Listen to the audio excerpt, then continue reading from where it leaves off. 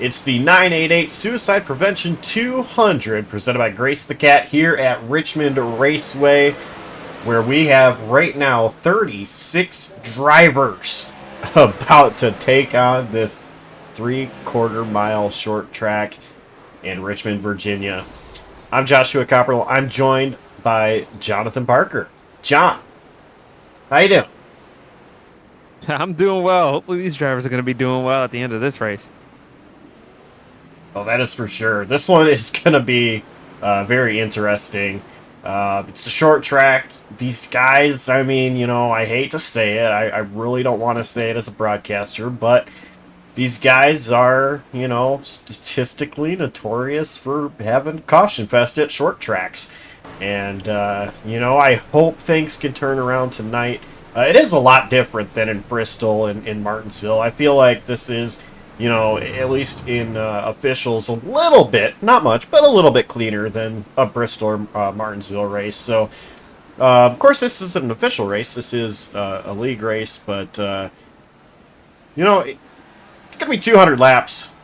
Whole lot to find out tonight. And, you know, the one thing that I am really excited for tonight, John? What's that? It is going to be the battle between two drivers, Micah Walls and Brett Bennett.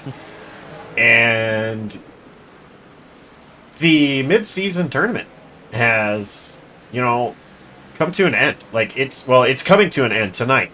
Two drivers remain, and those are Micah Walls and Brett Bennett. So here's the catch.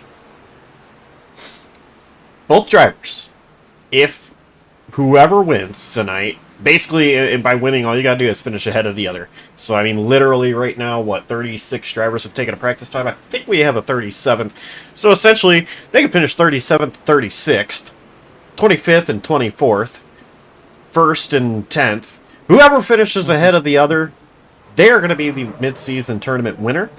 They're going to take home, I believe, $75 and a chance, or a spot, in the playoff. Not a chance, but a guaranteed spot in the playoffs. Micah Walls currently sitting 3rd. Brett Bennett currently sitting 7th in practice. What you think, John? Yeah, I think this is the battle between the two luckiest drivers. I mean, we had Dega in the middle of this. That's insane. I guess that was last race, but yeah, this is the. I'm just gonna be pretty blunt with you. This is kind of the funniest possible outcome for the chase field, because the two drivers that don't have a win yet. Michael Walls won a couple races last year, hasn't gotten victory lane yet. He needs a shot in the arm, and getting locked in would be really big for him.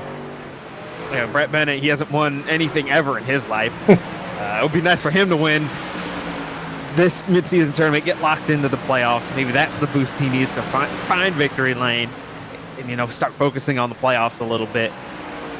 I would say it would be nice for them to race it out, but I don't have any faith that they can race it out tonight. Because Richmond, I mean, this is a little bit wide over racetrack than most short tracks for what it is, but I mean, the groove is still pretty narrow here, so you got to hit it just right, and that tends to lead to some bumping and banging unless you're in the next gen car, and then you can't get anywhere near anyone. But now I'm thinking about real life, but yeah, this is going to be a very big race for those two drivers. It's a championship 2 race for these guys. Yeah, I'm super excited to see that the battle between them. I mean, we've got a lot going on. You know, we are heading to the end of the regular season. There are only just a couple left, and then we're done. You know, with the regular season, we will head to the playoffs. Let's go ahead and take a look at that schedule. And, you know, tonight, Richmond. Next week, Homestead. That's it. Once that happens, the end of Homestead, we're in the playoffs. And, you know, it's pretty much now or never for some of these guys. Mike, actually, you know, Micah is a former Homestead winner, isn't he? Pretty sure he won at Homestead. Yeah, that was a complete accident. I don't know how that happened. That was his first win.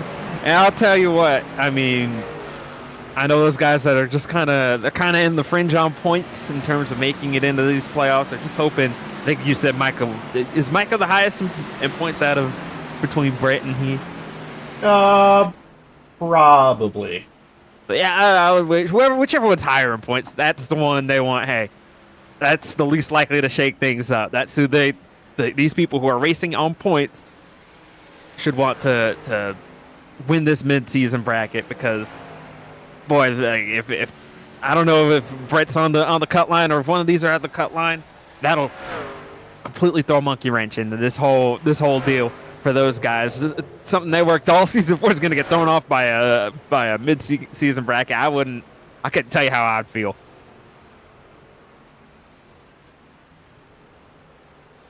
So currently looking right now, and that's is this showing me points? Yeah, this is showing me points.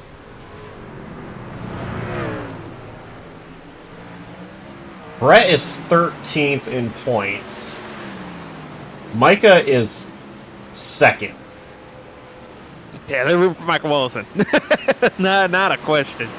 Because Brett's just on that cusp and just on that cut line with all those guys.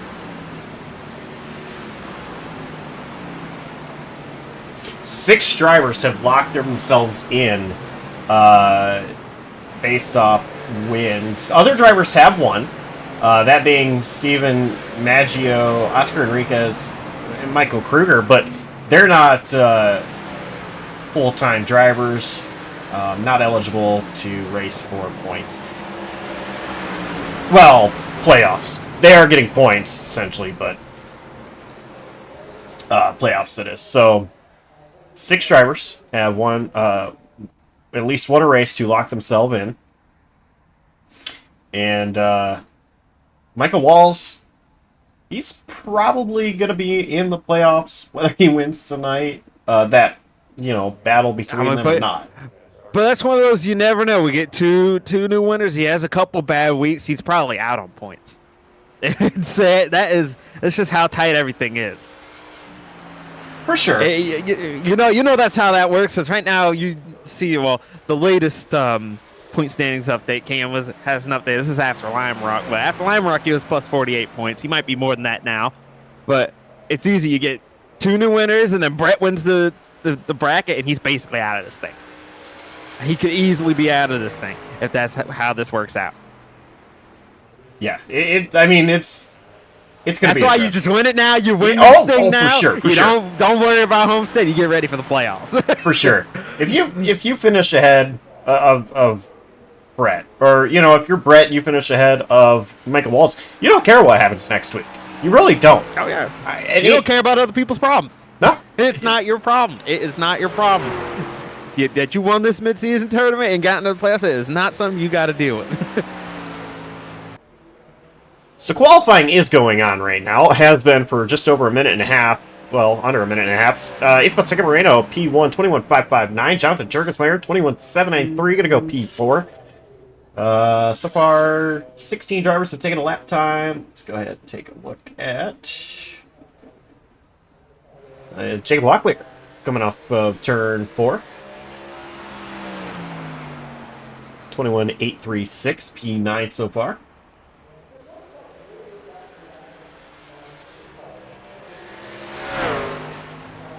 Brad C. Smith going to start his qualifying attempt here. Just across the start-finish line.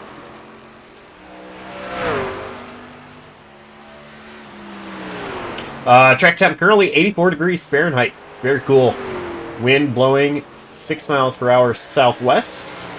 So pretty much down the front stretch, you're getting a tailwind. Back stretch, getting a headwind. 21.935 for Smith on lap 1.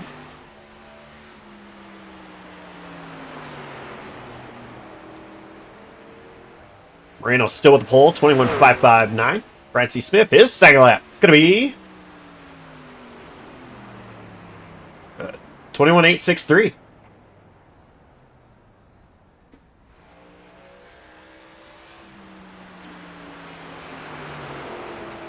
David Durant. coming to the line.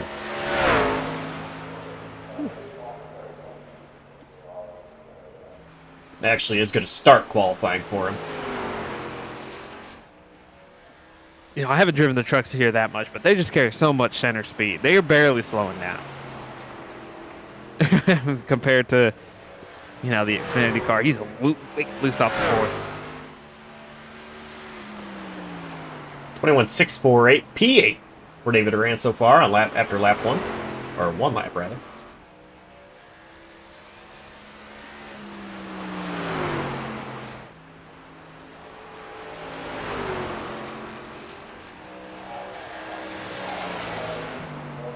And not an improvement for his second lap. And that's peculiar. Usually at short tracks, you can improve on that second lap. I haven't seen a lot of people improving on their second lap. That's not something you usually see. Sometimes that first lap is a little bit of just kind of a warm-up lap, and then at these short tracks, I use that second lap as the real lap. It's just weird just not seeing that many people improving on their second lap. Like I don't think Ethan did. I don't think Tristan did. I don't think Alonso did. And those are 3 up top. 21.751 for Traber Burns. And correct. Ethan did improve on his second lap. I'll be fair. William Kemp already completing his laps. 21.690 was his fastest P12 so far for Kemp. I don't think we're going to have anybody else go out. So it's a little late if you wanted to qualify. Yeah. So let's go ahead and tell everybody who our picks to win are. Oh, you want my pick to win? Yeah, go ahead. I always want the other person to go first. I don't know who I want to win or who I think's gonna win. I should put it that way. Who I think is gonna win? I actually think it's gonna be Alonso Chicano. I think he's turning it up a little bit. I really like his pace, his confidence. People like to joke that he's washed. I don't think he's washed. I think you better watch out for him in these playoffs, and he's going to prove it here tonight. You stole my pick to win. Yeah, maybe you should have went first then. All right. I am going to go with Jonathan Juergensmeyer. Let me tell you why. That's funny. He was the other one I had in my brain. Let me tell you why. Jonathan Juergensmeyer, if you do not know, he won Thursday night. He did. Right here on JCTV. Incredible race. Incredible job by Jonathan Juergensmeyer. Finally got the win. Was able to get it done. And I've mentioned, once he gets it done, I think once he got that first win, they were going to start coming a lot more than not. So, Juergensmeyer, he's my pick to win. And currently 6th. Alonso, though, I like that pick. We're going to go ahead and tell you our starting lineup. And Ethan Fonseca Moreno, of course, is tonight's pole winner. And trying to get the camera sorted out while I do this as well. Here we go. Tristan Maher going to join him on the front row starting P2. Alonso Chicano, your pick to win. Really good Richmond racer, too. He starts 3rd, Hunter Peach, P4. 5th going to be Sean Kissane. Jonathan Juergensmeyer, P6. 7th, Brett Bennett. David Rand, P8. Micah Walls going to start 9th. And Jared Wilson starts 10th.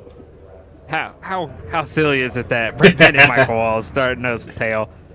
Brett, I had to watch out on lap 1. Starting row 6, we got Michael Kruger alongside William Kemp.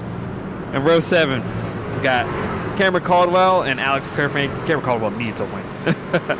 Row 8, we've got Justin Duran and Traber Burns. Row 9, we've got Jamie Wright and Jacob Locklear. And in the 10th row, we've got Jonathan Canfield and Nathan Foley. Starting 21st, Andrew Elias. Josh Arnold, 22nd. 23rd, Harold Tucker. Brian C. Smith, 24th. 25th will be Giovanni Klein with Tyler Watermole, 26th. 27th, Nathan Lehman. 28th, Ryan Bogey. 29th, Brandon Hinton. And Stephen Thornton will start 30th. In the 16th row, we've got Jeffrey Armistead and Cody McCorkle. In the 17th row, we've got Christopher Melton and Matt Steiner. Starting 35th, we've got Dawson Allen. 36th, we got Matthew Stotts. Starting 37th, we got Matthew Tolster. Rounding out the field is our good buddy Shane O'Neill. 38 drivers here for Richmond tonight. And you mentioned Cameron Caldwell needs a win. Tonight is his last race of the regular season. Really bad. He's not going to be around next week going to Long Beach for the IndyCar race next week. That should be an exciting race for sure. But he needs to win tonight. It's now or never for Cameron Caldwell. Pace truck is in. Ethan Fonseca Moreno, Tristan Maher, front row. Green flag is in the air. We are underway here at Richmond. Maher got a good launch on the outside. That's pretty tough to do. And we'll be Ethan, though, getting ahead of Tristan. We have car sliding in the back. It is 57.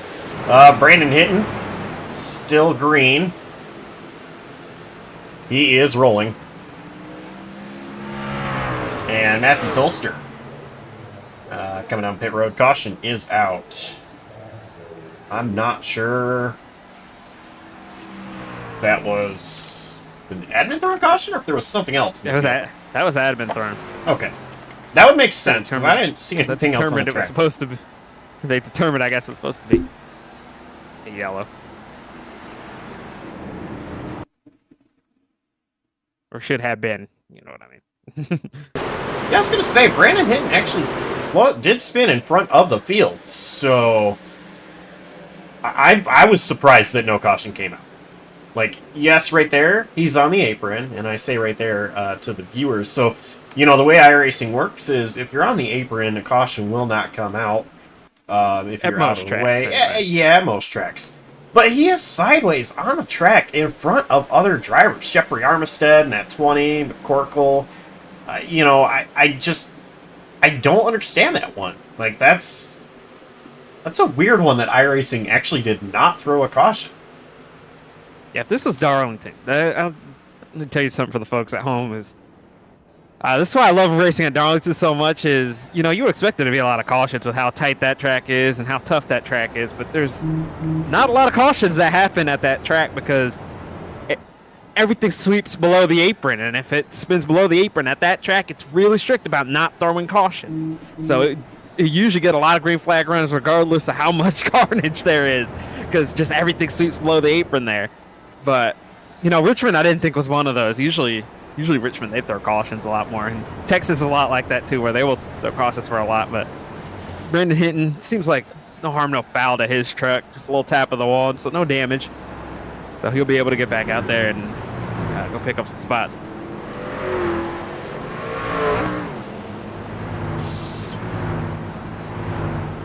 So...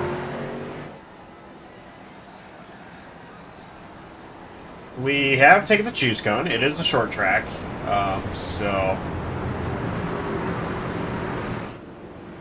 Okay, lights on the pace car just magically went off, so I'm guessing that's an admin thing as well. Yeah, yep. that would make sense. I was going to say lights were still on, so, you know, it's just... I was actually trying to send somebody a message. But green flag is back out.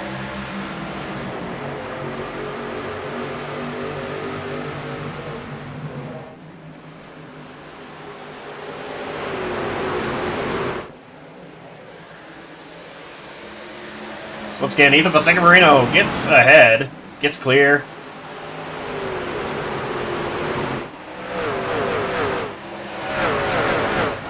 Tristan Maher picked that bottom behind Ethan Fonseca Moreno. He was not going to be caught on that outside.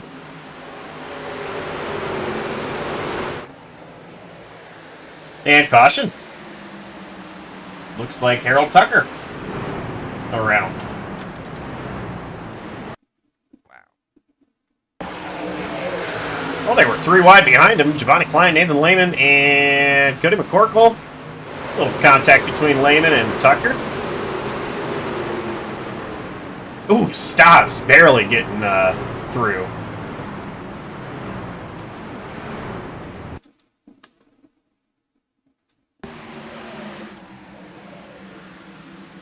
Take a look from our blimp camera, and yeah, I mean, Giovanni Klein flashed before his eyes. Giovanni Klein backed out of it.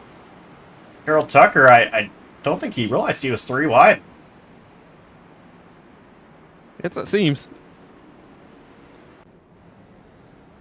I don't know if a spotter didn't call it or what, but ended up going for a little spin that could have been a lot worse.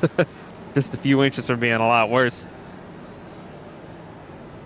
Anthony stops as aware he was ready for anything to happen there, and did a good job avoiding it.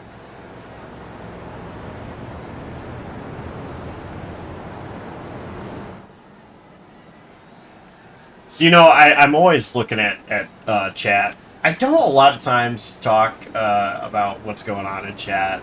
But sometimes if there's something that really interests me, I will say something. So our good buddy, Zach Probst, he said during the pre-show that Alonso, he thinks Alonso takes it tonight. Zach Probst, of course, you know, he is a racer here in the AmsOil Truck Series. Part-time scheduled. He's in college, but he's going to be back to racing, I think, the rest of the season, either starting next week or after next week. I can't 100% remember. I just know he said it was something about Homestead. So either after or during. But anyway, Zach, he says, I think Alonso takes it tonight. And yeah, it's somebody else. Marie, I don't want to try. But number 25 should be everyone's pick to win, not going to lie. And you know what? I was going to say, if you had allowed me to pick Alonso, right, here was going to be my reasoning for saying Alonso Chicano is my pick to win tonight. And it's because Richmond, first of all, is a track that Alonso statistically is really good at.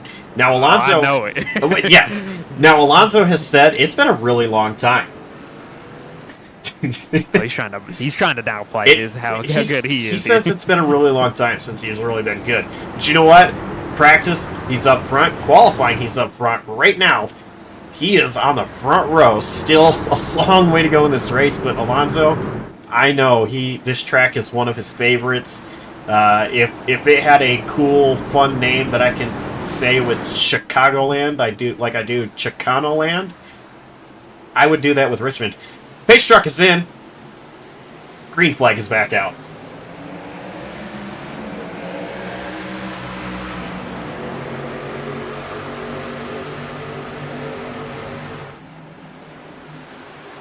Chicano actually going to get clear up Tristan Maher. Maybe. Yeah, he does. Maher did not. Yeah, he did not have a good launch there. Just kind of caught napping, and Alonso did a really good job of rolling up on that restart zone and did about as good as he probably could have. And that's what tools he's really giving on that outside, not controlling the restart. And he's already got his sights set on Ethan Fonseca.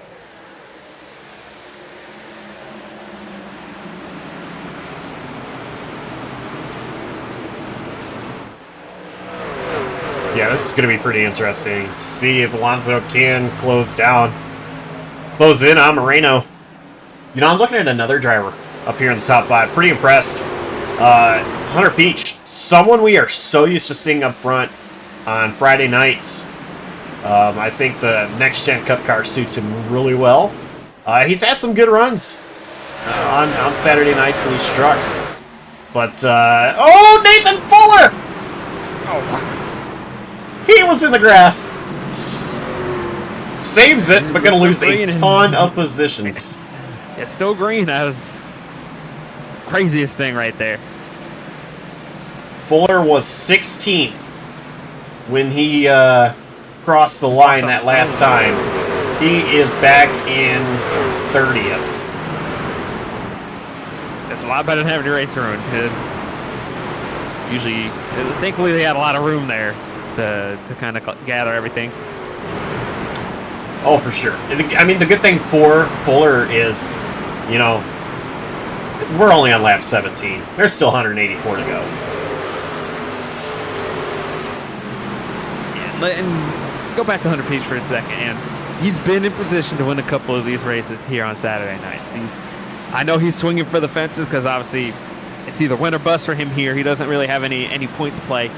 So he's got to win. I don't know. He might, if he wins, he might make just enough starts to where he can make the playoffs. I'm not 100% sure. But either way, it's win or bust for him. He's been in a position to win a couple of these things. Chicagoland really jumps out at me. He had control of that thing late and just made a mistake on pit road. He's been right there, and if he can make the play, if he's made enough starts and can make the playoffs, that's the one that'll really shake up the grid once again. Brett Bennett falling back a little bit. He is under pressure from Alex Kerfan. That's a hornet's nest back here.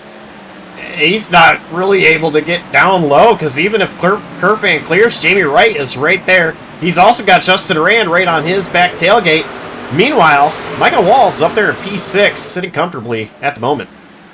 Michael Walls has made up spots, and Brett Bennett's lost them. It's not going his way so far. Brett will get to the bottom. Yep. He does find a lane. It's a lot like Martinsville Open, as we say that. Justin Rand finds the way to get to the bottom as well. And that hole, thank you very much. Yes, sir. Under Brett Bennett he goes.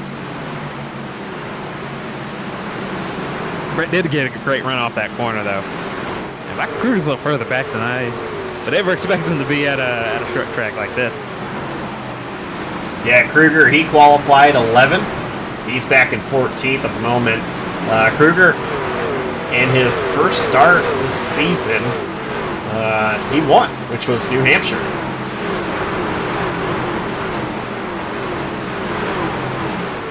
Basically the fastest truck. It survived some carnage. I mean, every truck wrecked that race. Yeah, that's... yeah. I mean, he had to come back from a penalty. He flat out earned that one. And I can't tell you how hard it is when you don't race these things every week. To just jump in it and go out and get yourself a win. I mean, I was in position to get a couple wins this season, and the things just didn't work out. It's tough. It's tough. And he's... oh, we got some contact. Chamber Burns and Jamie Wright somehow saved it. Chamber's going to lose a bunch of spots, but we have a caution. And it's going to be for Nathan Fuller. We're going to look back at Trevor Burns, Jamie Wright.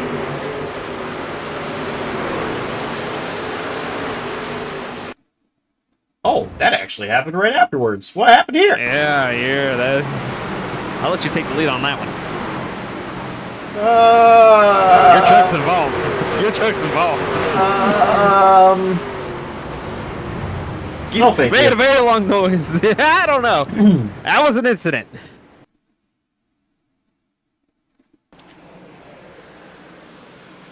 Just side by side on the back. Yeah. I'm not gonna make a comment. Not doing it. Probably best you shouldn't. You know, I like to really call it as I see it. Keep things professional up here in the booth. I'm not gonna do that. With this one, not doing it. Anyway, some drivers come down pit road. Ethan Fonseca Marino, Hunter Peach, Brett Bennett, Giovanni Klein, Christopher Melton, Matthew Tolster, Stephen Thornton, Shane O'Neill, Nathan Fuller, and I believe that's it. Oh, Jonathan Canfield as well. Probably some damage repair there.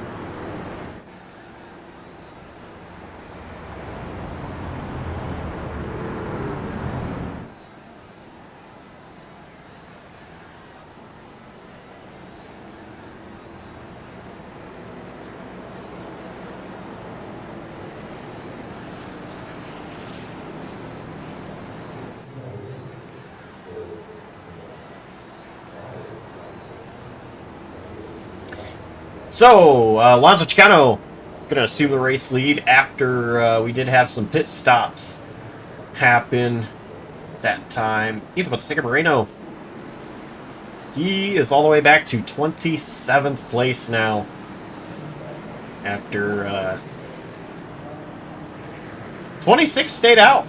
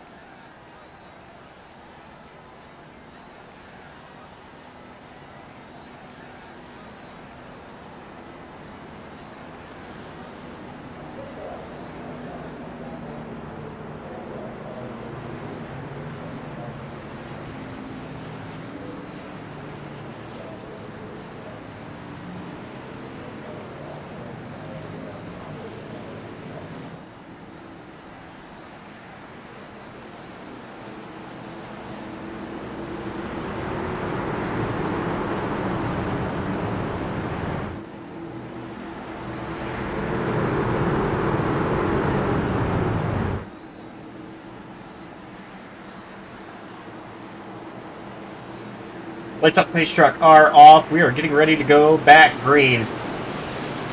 Alonso Chicano going to be the driver that leads us. Green flag back out.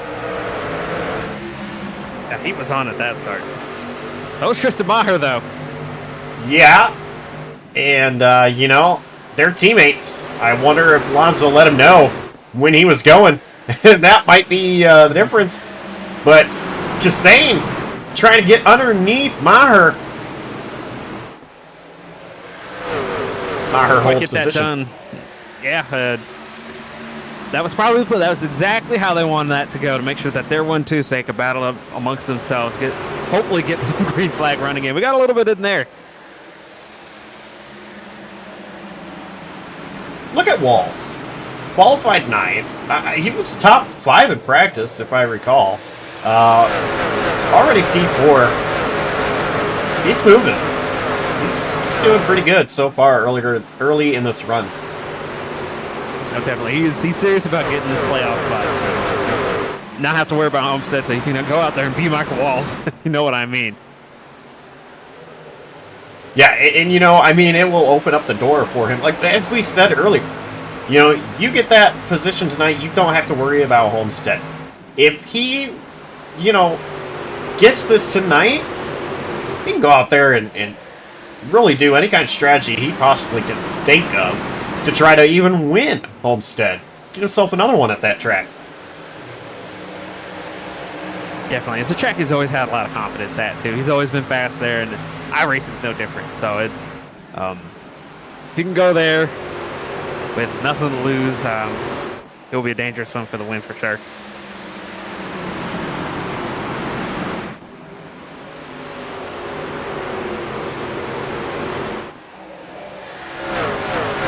Caution. Hunter Peach.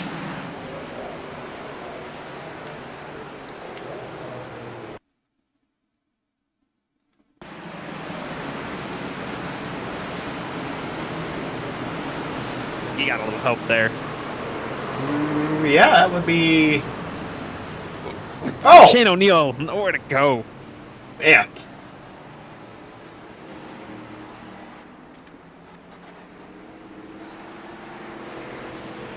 I believe that was Matthew Tolster. Yes, indeed it was. 56.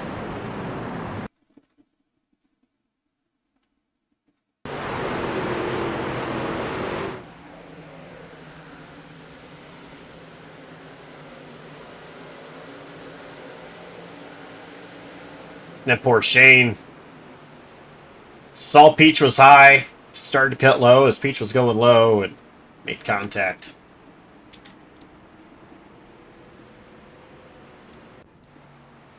And it's a shame because Peach, we were just talking about him running in the top 5. And I assume he got back there by, you know, just a bad pit stop or something. And he got damaged to the back end of your truck. not even necessarily a bad pit stop. It's just he had a pit stop, but so many people stayed out. Yeah, I forget how many people stayed out because I mean, Fonseca Moreno, he's running 15th after running a few laps, and man, a lot of people just have stayed out, and that's a big risk you take when you go and you take those new tires. Is you get yourself back in traffic and get yourself in places where you can have trouble.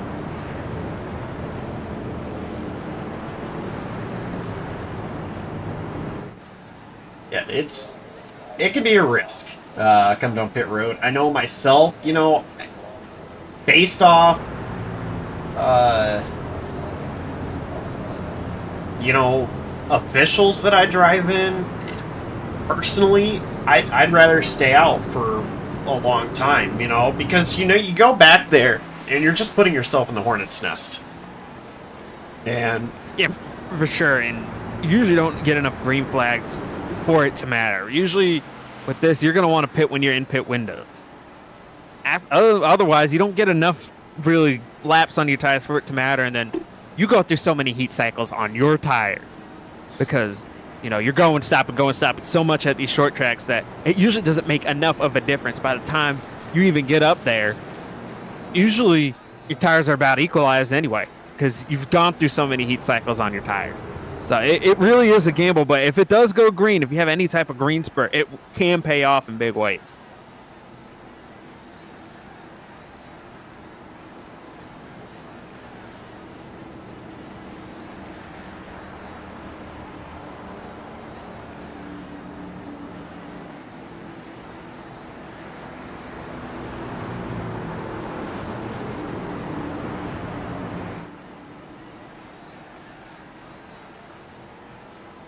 So once again, it's going to be Alonso Chicano and Tristan Maher first and second. Let's see, you know, how they choose. Same third, Michael Wallace fourth, Cameron Caldwell fifth, needing a good night tonight. I'm sorry, he needs a terrific night tonight. Yeah, he needs a terrific night. You're right. Outstanding night tonight. Interesting. First two, Chicano and Maher, they take the bottom. Kassane and Walls, they take the top. I was fully expecting Caldwell to take the bottom behind Maher. Instead, he actually went up top.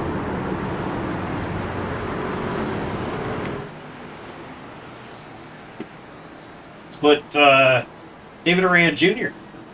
to restart in that inside third row start spot. David Duran Jr. I didn't know he was junior. I didn't either until a few days ago. I did not know that. I learned something new. Green flag. Lons has been on it.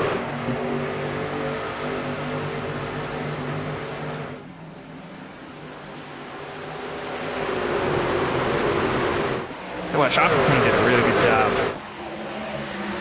timing that restart, being side by side with Tristan Maher here. He's staying out there. It's such a great job. Kassane actually might just need one more corner. No, not even that. He's clear.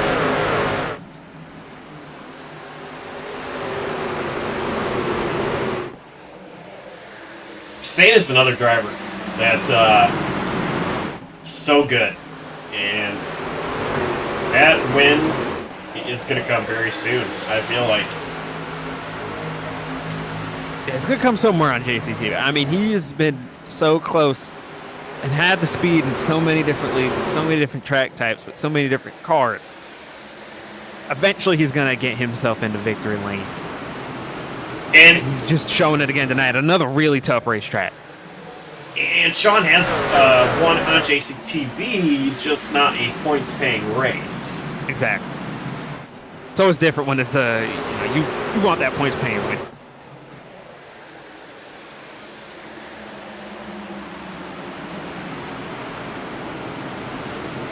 How about Wall looking underneath Maher? I don't even think he's really concerned about where Brett is. Which, by the way, P20. But yeah, at this point, it's not much of a concern. He's just he should get himself as far up front as possible. Plus you're out of the front, less chance you're going to be in that hornet's nest of being something crazy. Still side by side with Maher.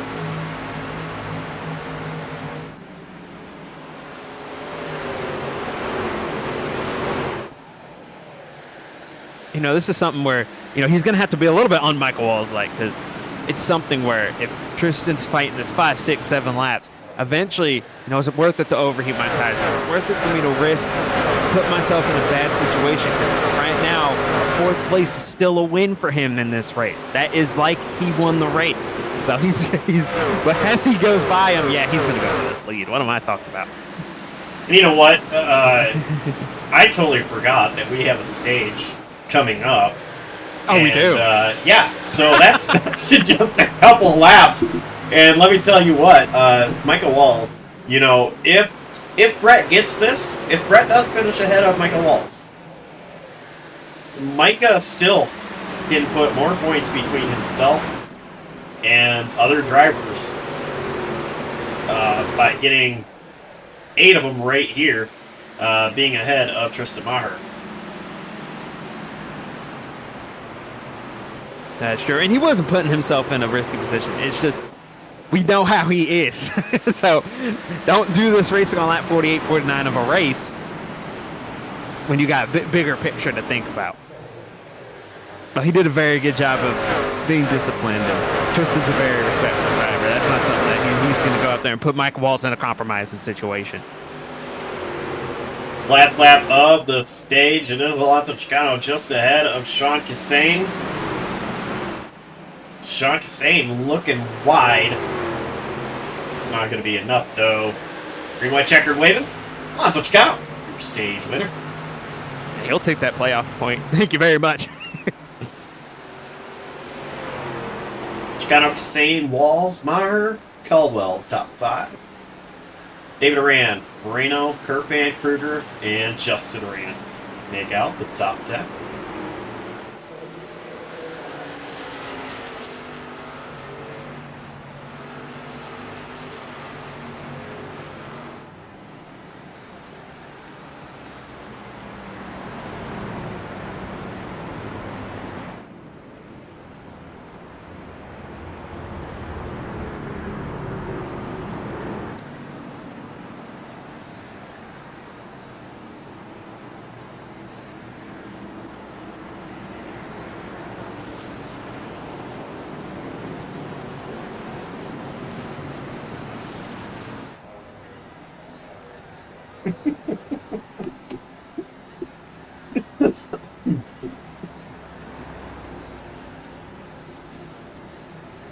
So pit road opens.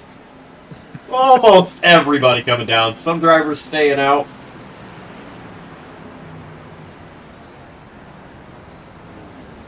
I'm sorry for my random laughing spree there.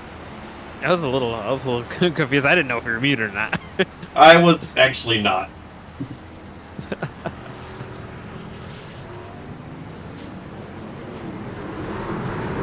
How about Sean Cassane winning the race off pit road? You know, it's very intriguing because Esteban Moreno obviously pitted during that first stage, and he decided to pit with these guys. So that's very intriguing. You know, my policy is always, whenever I race these, I use one set of tires in that first stage, period.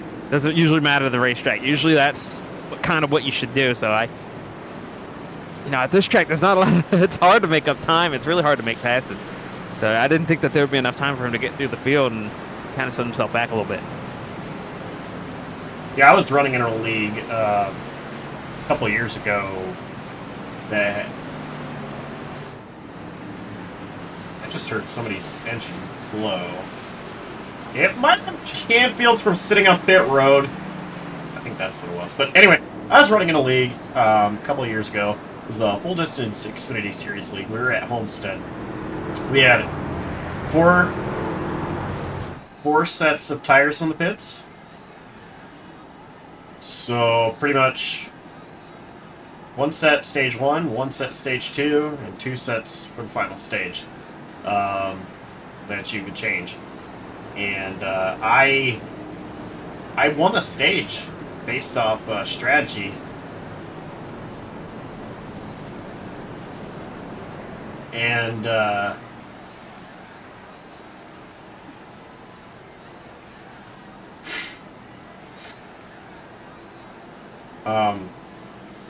had a really good shot at the end of the race. Caution came out. I had no other sets to take, and I didn't finish too good. That's the tough thing about these tire sets, man. It's a lot of that is coin flip, isn't it? It's just you're darned. I don't want to cuss. Darned if you do, darned if you don't. In certain situations. Give me a crystal ball, I can tell you what the right move is. So we have Brett Bennett going to lead us to the green. Giovanni Klein on his outside. Jonathan Jurgensmeyer restarting third. Josh Arnold fourth. Harold Tucker fifth. Jacob Locklear sixth.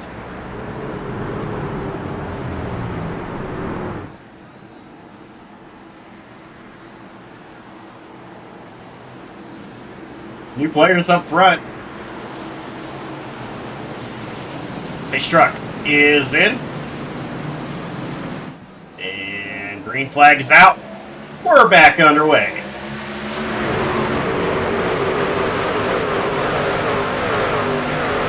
Monster's kind of already making it 3 wide. He's not wasting any time. Oh, boy, Harold Tucker. Let's cause a big thing. Saves it. And that was Michael Walls. The guy had some contact there, and it's just, that's what we're talking about, man, with mixed strategies. I mean, he's doing nothing wrong. He had almost that could have been catastrophic. Just battle for the race lead. Brett Bennett, Giovanni Klein, both of them side by side. Klein leaning on Bennett in the corners.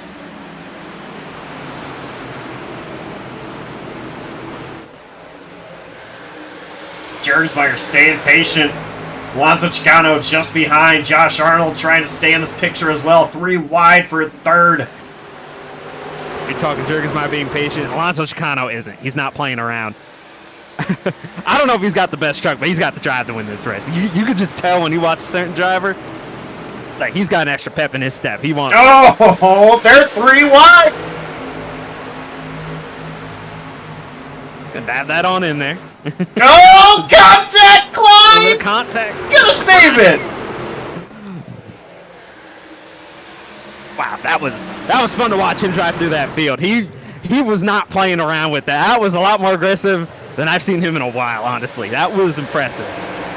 I mean, because he didn't even come out of pit road first. He chose that bottom when after Kassane chose the top, and he just went. He just went on this restart.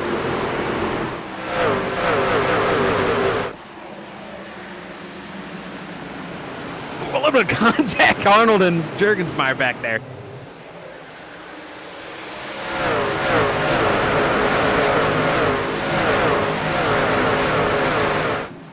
Side by side, Michael Walls, Brett Bennett. Brett on older tires. Michael Walls, of course, coming down pit road.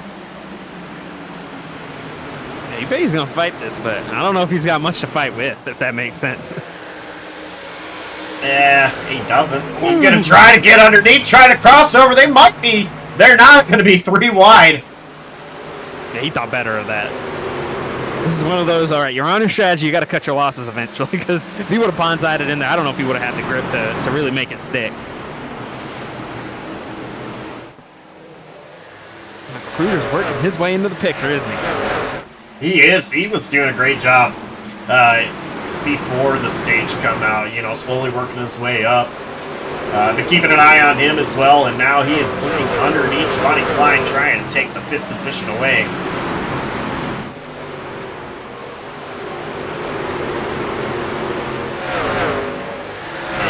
Will. And I can't tell you how tough this is when you're on older tires. How tough it is to just, you know, you're still racing for something, but you don't want to be in the way. It's tough.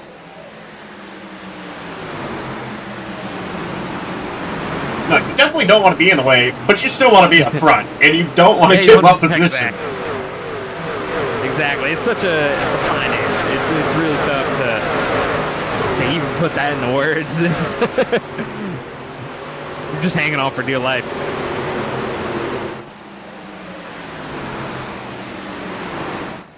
And at 26, it is closing in on the 25. Hussein doing such a great job.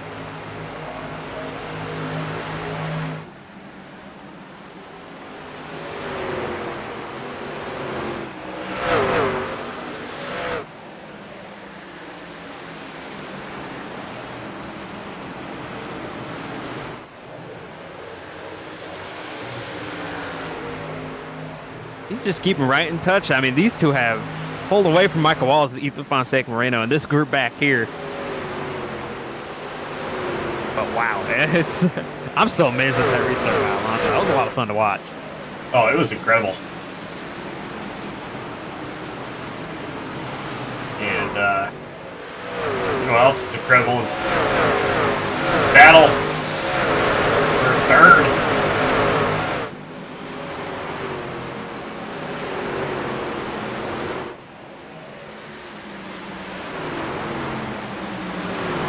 Moreno is trying to get past Michael Walls.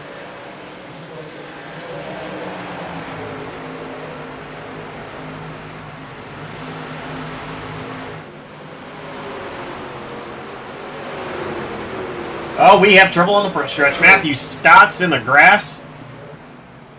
No caution. He's able to... Oh, we got a caution. Well, we got a wreck on the back straightaway. It's a pretty big one. Poor Nathan Fuller. So Ryan Bogey involved in the one on the back stretch. I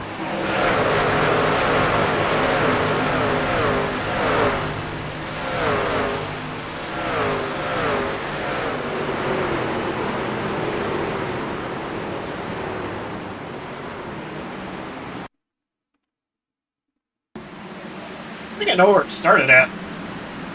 Maybe.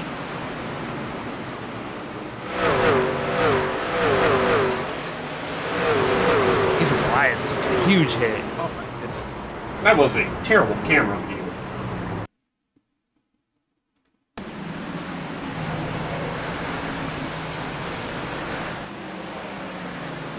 Oh, just, yeah, contact with Locklear. Got it a bogey. Brandon Hinton. And that's one of those when you're on the outside and you're racing someone, you know, if he's taking that line by himself, it's fine. But it's just one of those when you're racing someone, and it's tough to learn that you got to pinch to a point or else you're going to cause a wreck. And him diamonding that a little bit, it was just a little bit too much. And wow, Andrew Elias took a big. I'm happy that wasn't real life. It looked like he hit that wall a ton.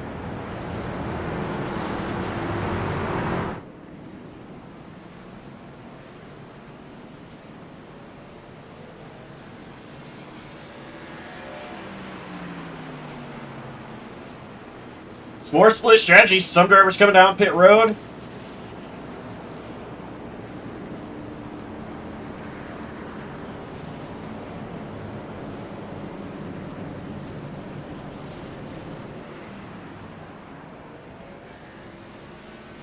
One of those being Brett Bennett.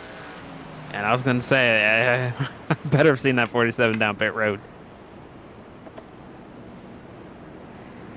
He got what he wanted. He got about a 20-lap tire offset on the guys that have stayed out.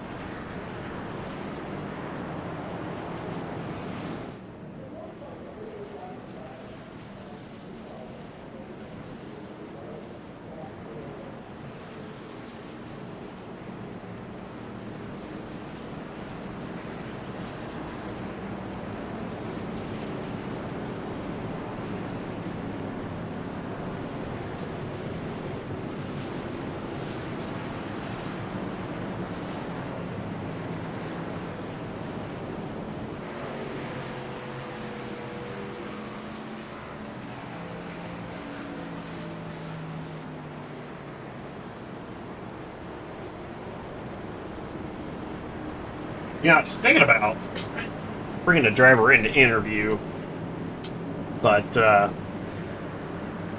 I'll wait. See if we potentially get another caution. That's pretty fair. because I think they're about to take the one to green this time. This is a short track, not much time yet. Chase cone this time, so we'll go ahead and do a little ad here. Mark PC, much better than what I have, that's for sure. You are in need of a gaming PC. You want to try iRacing? You want to upgrade your PC for iRacing? Anything? I mean, you don't want anything to do with iRacing, but you still want a gaming PC. Head to martinpc.com. Brian Haynes will hook you up, and they have really, really good customer service from what I hear. They will take good care of you. Custom PCs. Green flag back out.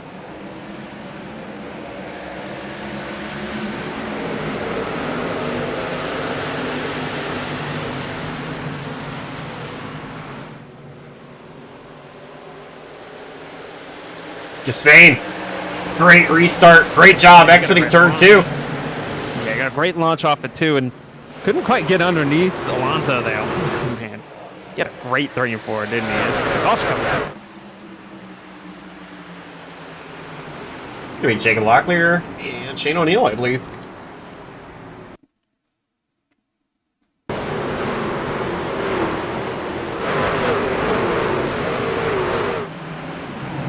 Okay, yeah, 4 wide. Poor Shane was just running up there. And then the practice fell in his lap again.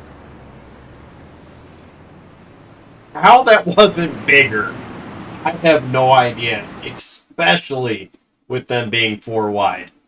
Oh, for sure. I mean, usually 3 wide doesn't even work here. But they were 4 wide. Brett Bennett was in the middle of it, and goodness. Almost 5 wide. And, yeah. Golly. You see, I mean, just from the blimp view, Shane O'Neill already up there. And you think, well, why didn't he just hit the brakes and turn left? Well, trust me, it doesn't not work that way. I remember a race I was doing. Actually, I'm pretty sure here at Richmond, where I got absolutely yelled at for quote-unquote ARCA braking, or, you know, pretty much driving into a wreck. And I argued hard about the fact that it was not my fault. And the only way that I got away with it was because I was streaming on my personal channel that I really don't do anything with anymore. But I was streaming my race. I brought up the exact area to show all my... Because I didn't have access to my telemetry as far as my brake pedal and whatnot. So I just showed them live. You know, I was already on the high line, hard on the brakes, and I just happened to get into the driver, and then they finally were like, oh, okay, you're good then. But it was a real hard fight to try to prove my innocence on that. You know, I did not want to hit another driver. I certainly didn't want my car to be damaged. But that's just how it happened, and you know, it's such a bummer. Well, take a look here, Shane O'Neill. You know, it's such a bummer for him. You know, he's still out there, still going to turn laps, but nothing he could do there. You know, just being on the high line already, right up next to the wall, and that wreck happens just in front of you. You can't do much. Yeah, we've all had those with just a wreck falls in your lap. You think you're just mind your own business. It's the worst feeling in the world.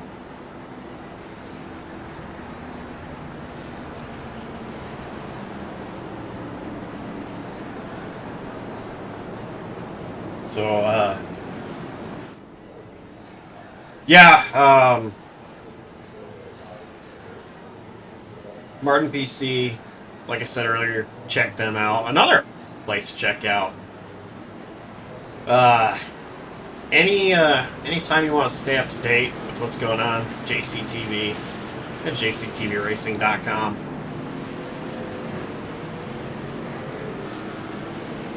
We have pages for each series with their schedules. what their seasons are like, show the upcoming month, what's going on in the month, different things. So you can find anything JCTV, jctvracing.com. And a big shout out to Adam Kuhn, who helps me keep that thing running. Pitch truck is in. And green flag. Back out. Alonso Chicano still in charge of this race, but Ethan Fonseca Moreno is third. Sean's doing a good job on that outside, man. That's so tough, and he's got a chance every single time. He does. He's doing such a great job. Is Sean Cassane. And it's not that Alonso's not getting. I mean, he's getting great losses. It's just Sean is doing a really good job on that outside, trying to mitigate those losses. Because usually when you're on that outside, you end up losing second place. Yeah, it's so hard to restart on that outside front row.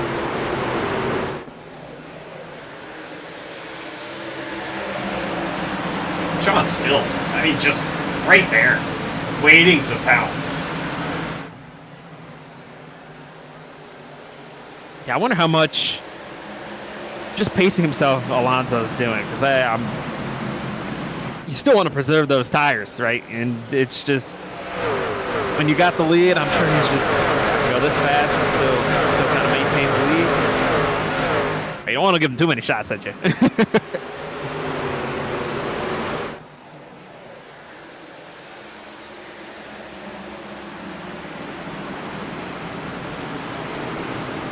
Cutting McCorkle.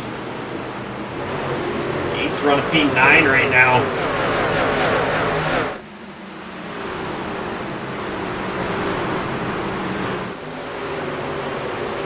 McCorkle an incredible win earlier this season.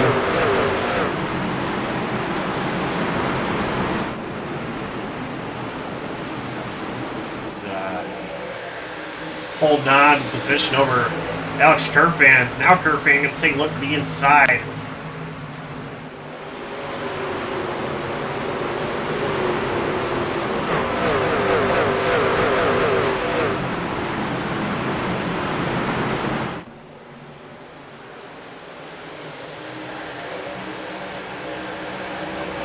And we have a caution.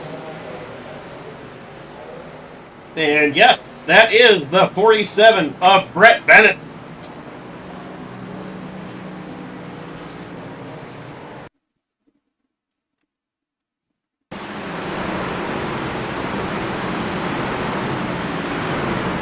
Looks like contact with Lehman. He's going to expect him to be there. Get a little bit of contact. Probably doesn't have much damage to his truck, but we're talking about that. It's just, that's part of being back there and being on different strategies. We know he's got pace to run top 10, top 15, and be up there with at least the semi-calls and just trying to do something different, trying to give yourself a little bit of an edge, and he just has himself in traffic right now.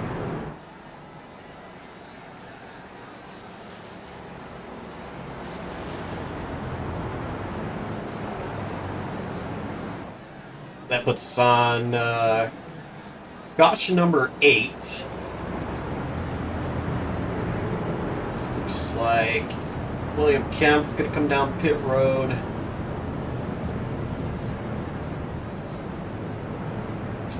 A few others. Fuller, Lehman, Elias, O'Neill, Thornton, and Stotts.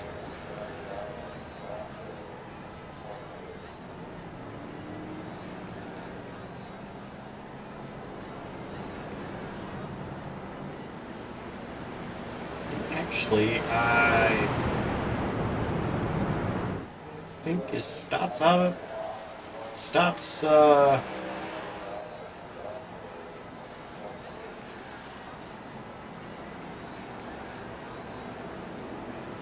don't think he did.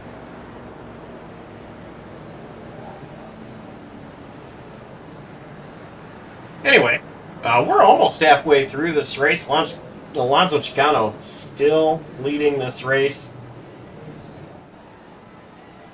He won earlier this season at Chicagoland or Chicagoland. I was about to say, you got to make it Chicagoland. You know, and that's a race I really wanted to see play out. I was so happy to see that one on the schedule. Was excited to be able to produce it, and I knew my pick to win was going to be Alonso right from the get-go. I was not available for that broadcast, actually. I don't 100% remember what I was doing. Oh, was that when I went to the monster trucks? I remember I was in Detroit. Thank you.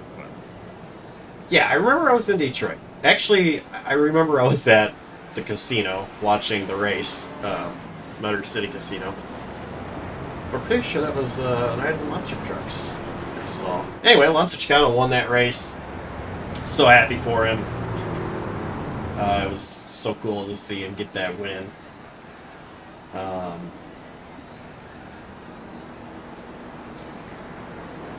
And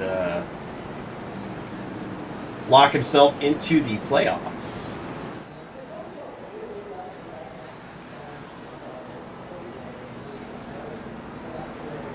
Once again, other drivers that have locked themselves in. Ethan Moreno, 3 wins this season. Justin Oran with 2. Andrew Elias 1. Alonso Chicano 1. Tristan Maher 1. Cody McCorkle with 1 win. Kruger won at New Hampshire, not full-time this season, will not be in the playoffs. Oscar Enriquez, one and done. Daytona to start off the season. Steven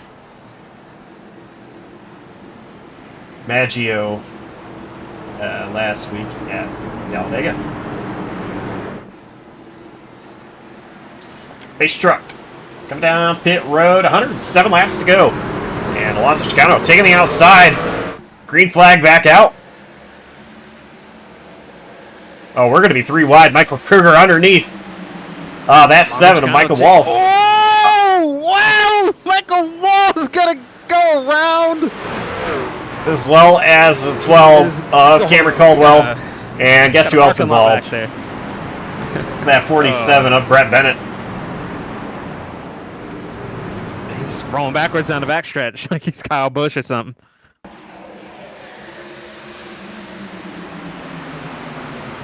Yeah, they were 3 wide. It looks like Kruger just kind of drifted up. He's going backwards like he's like he's Kyle Busch right now.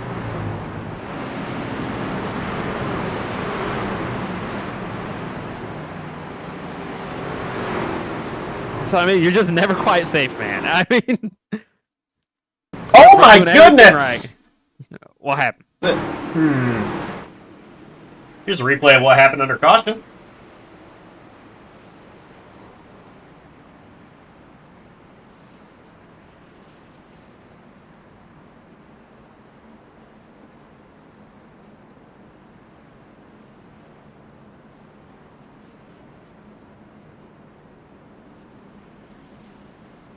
Oh, well, I know why he was backwards now, huh?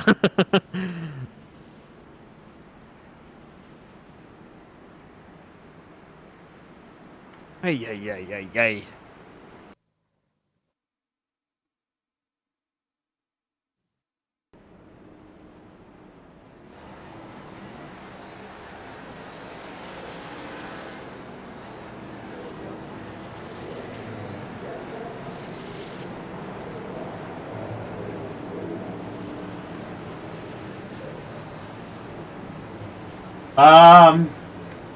Yeah. I was wondering why Kruger was backwards. Maybe I should have put 2 and 2 together.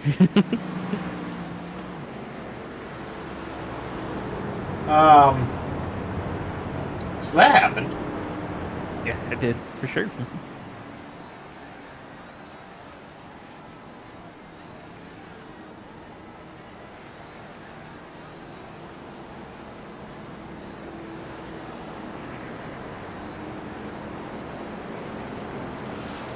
So anyway, Alonso Chicano, race leader, still.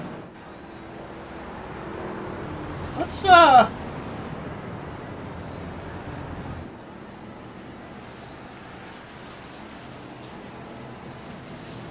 Let's go ahead and talk to Alonso.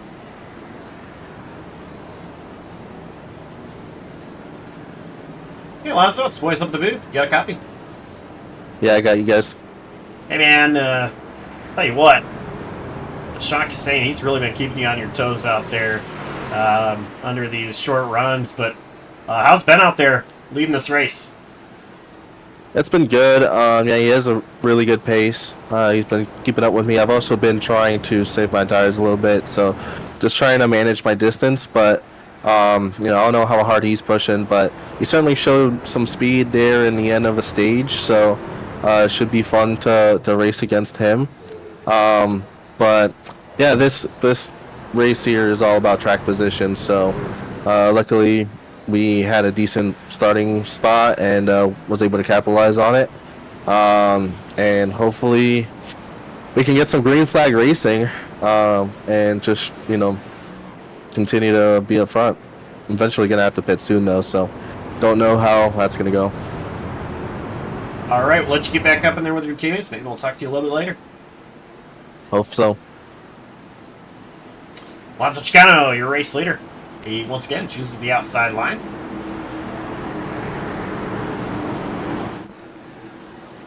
And going to be going green. Green flag back out. We're on our way. He did a really good job that time. Right even with Alonso.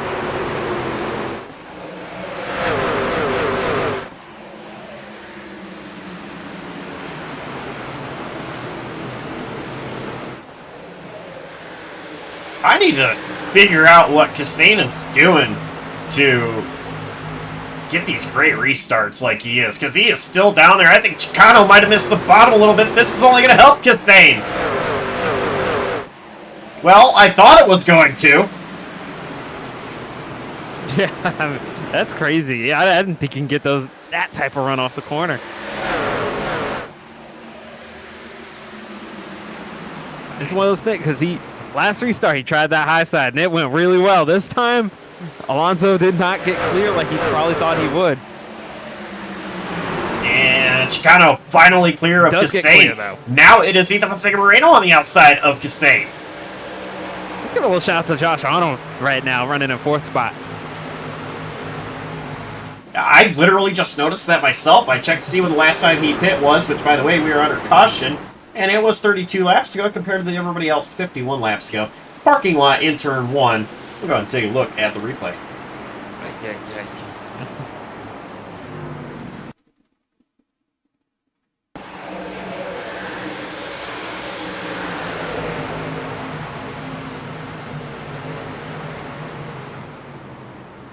It started with Jacob Locklear. Poor Nathan Fuller, man. He's got the worst luck. Yeah, he's just kind of his own thing there. I don't think it mattered if he spun out there. I think he would have been in the wreck regardless. And actually, okay, so there was a stack up. Locklear got tagged from Lehman, I believe. Let's see what happened. So, oh, yeah. Yeah, just a little stack up. Yeah, this is a chain reaction with 52 getting in the fence there a little bit. Christopher Melton. And yeah, then Jacob Lockley checked up for it, and also chain reaction. He did nothing wrong, just wrong place, wrong time. So let me tell you, for Nathan Fuller, this poor guy, we introduced incident limit several races ago. 17 incident points. You have to serve a drive-through. 25 incident points, and you get disqualified. Nathan Fuller was the first one to have to suffer from that, and right now he's going to be the latest one to suffer from a drive-through penalty, as he is at 17 incident points. One lap down now as he is still in pit road, and I noticed he wasn't even in his truck. Can't tell if he is now or not. He is. He's back in his truck. His drivers came down pit road that time. 12 stayed out. And so it's going to be Josh Arnold assuming the race lead. Cuddy McCorkle, Johnny Klein, Jonathan Jurgensmeyer, Christopher Melton. The top 5. Let's actually show you guys how these stints are playing out for these drivers. So you see first, third, fourth, and fifth, 35 laps ago. McCorkle in second, 54. Lehman 15, Kemp 17, and 8th, 9th, and 10th. Justin, David, and Tristan Maher 10 laps ago.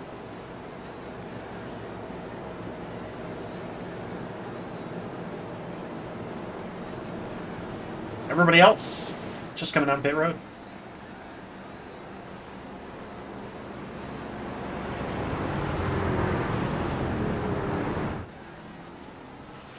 This race, we got a new race. oh yeah. This race, it is the 988 Suicide Prevention 200 presented by Grace the Cat. Yeah, I absolutely love having Grace the race sponsors when we can. But you know, I also absolutely want to always give a big shout out to 988 Suicide Prevention. If you are feeling down, depressed, suicidal, contact 988. You can text them even. If you don't want to call them, you can text them. There'll be a person on the other end ready to chat with you and get you help you need. And from what I understand, they keep things confidential. They're never going to, you know, send the police to your house or anything like that. They're going to try everything they can to get you the help that you need and keep you around.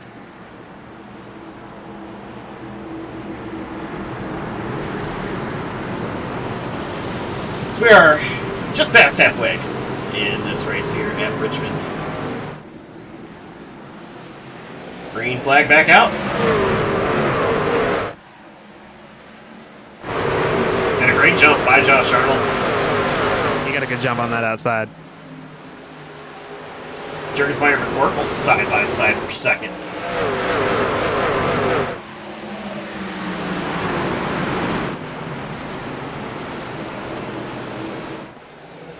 Jurgensmeyer with a little bit of a tire advantage over McCorkle. He is going to get clear. How about Lehman? Fighting Giovanni Klein for fourth. Now Klein's stuck on the outside of Justin Durand. And Calvary is coming. Sure.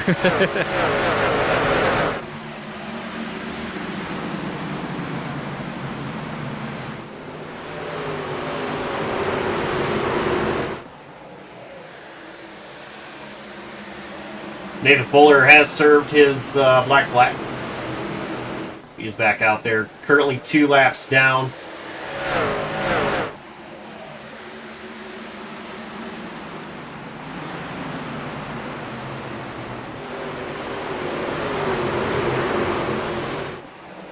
Nathan Lehman now fighting on the outside of Justin Durand. Michael Walls not far behind Justin, and neither is Alonso Chicano. Michael Wall is actually going to take it 3 wide.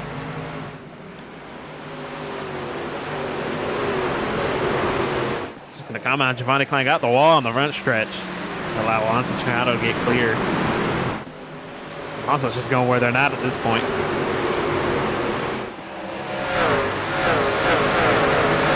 Gonzo knows he's quick. He's got to back this race truck. And he needs to be careful. Get through these guys.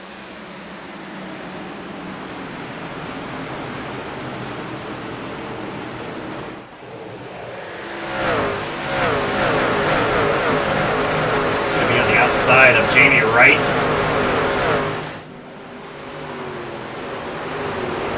Right now, just, I mean, stuck in a box.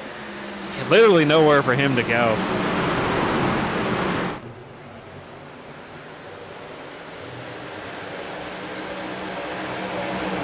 On the other hand, things, Justin Durant, he has gotten himself up into the 3rd position. Josh Arnold still leading this race. Jurgensmeyer still P2, but that guy on fresher tires, Justin Durant, he is there. 3rd place now. Run these guys down. Michael Walls doing the same thing. Walls is underneath McCorkle.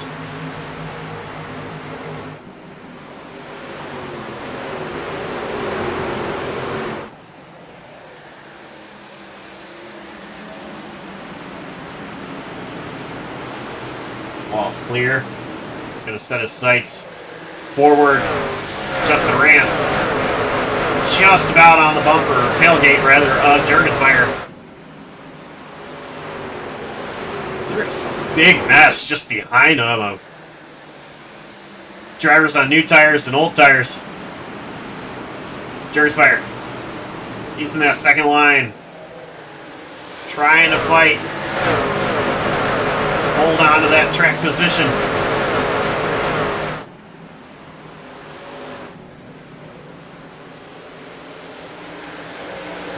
And it's going to be Justin Durant. Nathan Lehman. Let's go for a spin. Taking P2. Sorry. All good.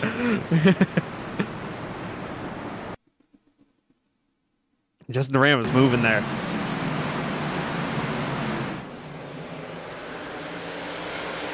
No, we haven't called his name much today. Yeah, sorry. I was just watching the replay there, showing the replay. And yeah, just a little tag from Cessna looked like.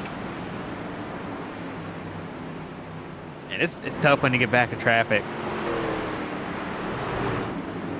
Just, you know you're faster, you know you got the better tires. It takes so much discipline. It's just Miranda's little faith there. He'll actually be staying out.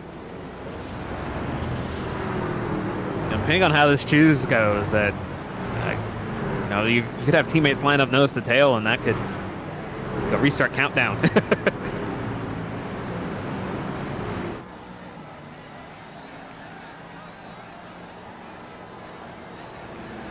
Yeah, you've got Justin Durant, Radius, Michael Walls. I don't know, T1A, Jared Bogley. What do they call themselves here? Well, it's all the same thing. well, JVM and T1A are 2 different teams in this. Oh, are they? Yeah, they are. Well, they're practically the same thing. I don't know. It's funny. I don't.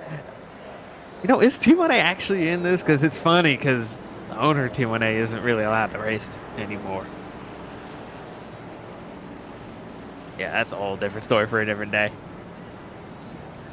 Is he a winner in this series? No. Okay. I think I know who it is then.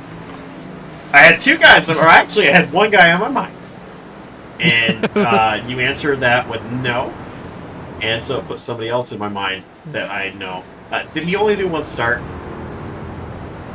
No, he did more than 1 start. More than 1 start?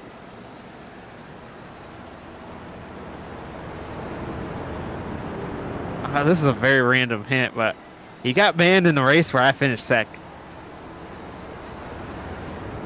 Was it a mile Pretty and a early half? on in my career. Yeah, it was a mile I and a think, half. yeah, okay, yes. I know exactly who You it should know is. exactly who. You should know exactly who I'm talking about. I may or may not have had something to do with that. Oops. I didn't have anything to do with him getting banned. He did that all himself. Well, yes.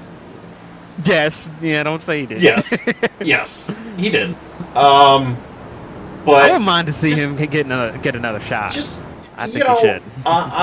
Because I was involved, I don't want to sound like I'm biased. If it's Oh, truly God. who I think you're talking about, I don't. And I've got nothing against this guy either. Again, if we are talking about the same person, I've got nothing against him.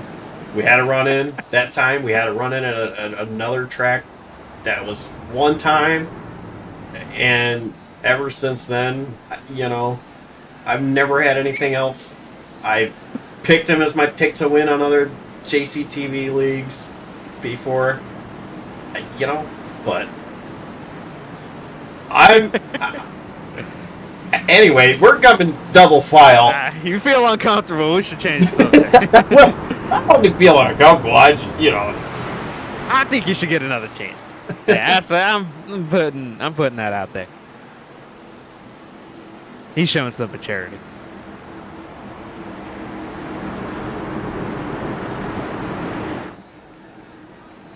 Michael Walls is on the front row. Oh boy, 75 laps to go here at Richmond Green Flag.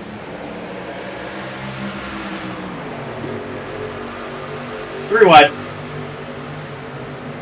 Hold your breath. Mm-hmm. Oh, goodness gracious. Jamie Rod's on the wall a little bit. New damage model, no harm, no foul on the 25 truck. Gets around the 7. Should get around the 89 here within a corner. Have his sight set on his teammate. Ethan Fonseca Moreno is following him every step of the way. Oh, yeah. And Alonso clear. Ethan Fonseca Moreno trying to do the same thing, but caution. Goodness. I don't even know where. I can't even find it. I don't. Yeah, track map. Where are you at? He's retired from the race. Is this the ghost of Jared Wilson wrecking? Is why we have caution? Oh, Giovanni Klein and Tyler Watermullen. Shauna went for a spin too.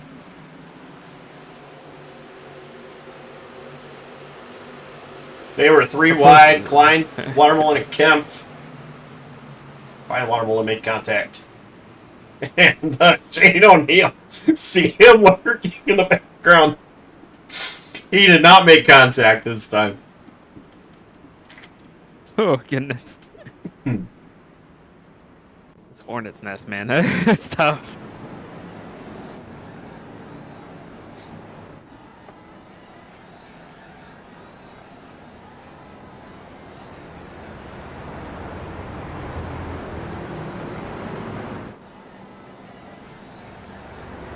So we are once again under caution, and I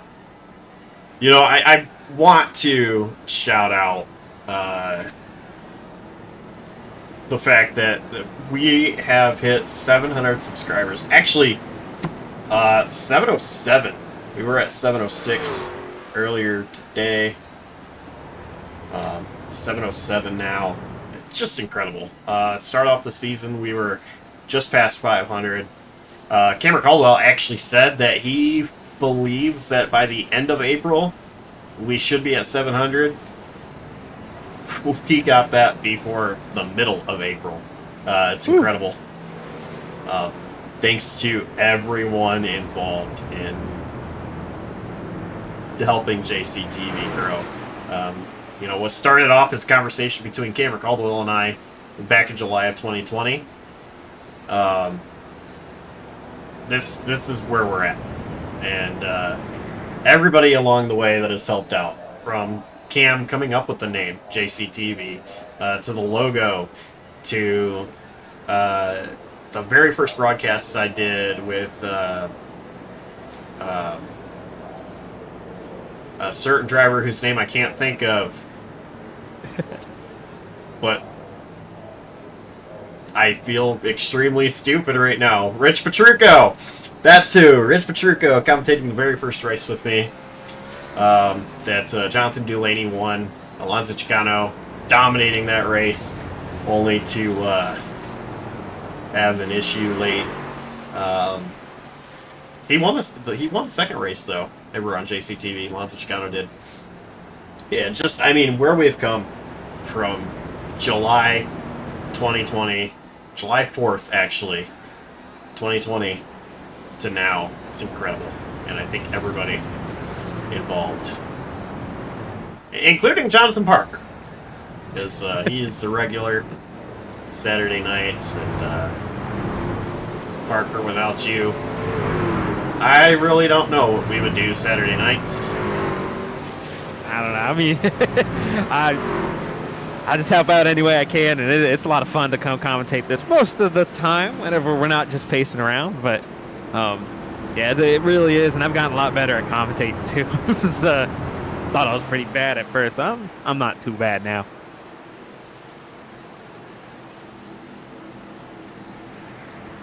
And just to clean up, Turn 1 Autosport is not a team in this league. So there's... I think they're Congoline Esports is the other team in here. All right, green flag, back out. Definitely a little bit of a countdown there. Alonso was on it.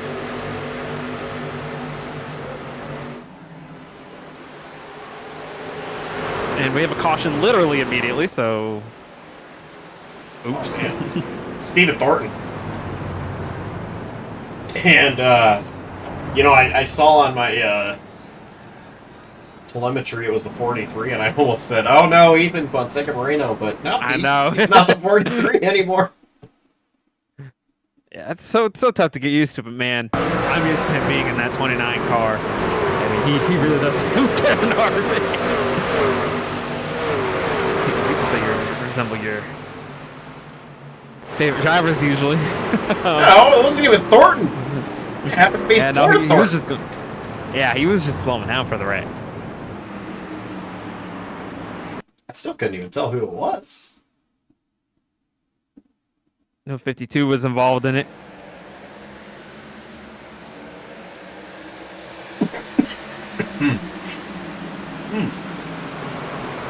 Bless Oh, that too.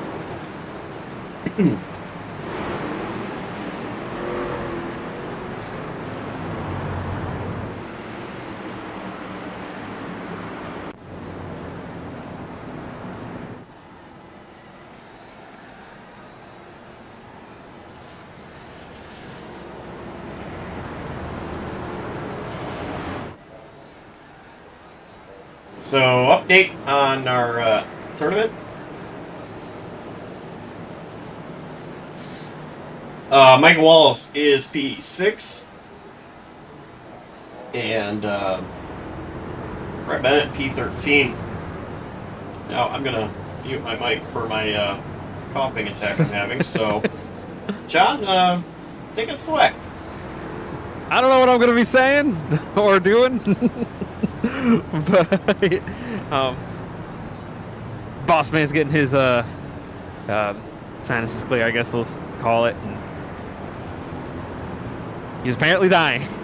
No, Justin Duran doing a good job of getting himself in position to potentially win this race. Keeping his track position. It honestly is so tough to know when you should pit, when you shouldn't pit, because man, I don't ever want to be back in traffic, but it seems like eventually you're going to have to be. But Alonso's himself has done a really good job of being aggressive and getting himself out of traffic so that he can go battle for this win. Oh, yeah. Just Carpenter's dying. P3. JPTV it is. I'm fine, I swear. I don't know if they can hear that. I don't know if he They unmuted can. himself yet. I unmuted myself. I was fine. You got me laughing, and here we are. Oh, goodness. Jonathan Parker killed me, everybody. It might as well be JPTV. Give me everything.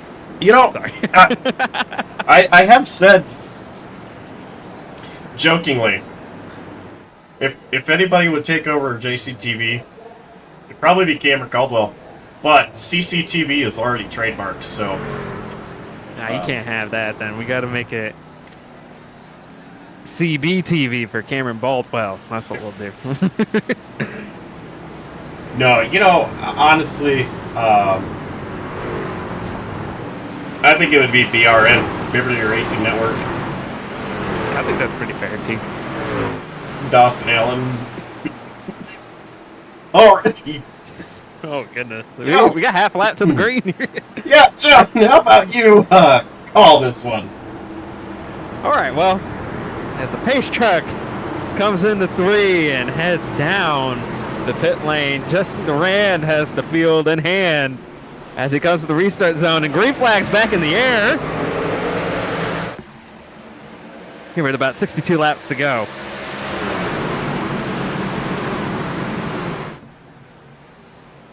Well, Jamie Wright did get a great restart, but Justin Durand kind of ran him out of room, but he's still there, and they're wrecking in the back again. Just in time for me to unmute my mic.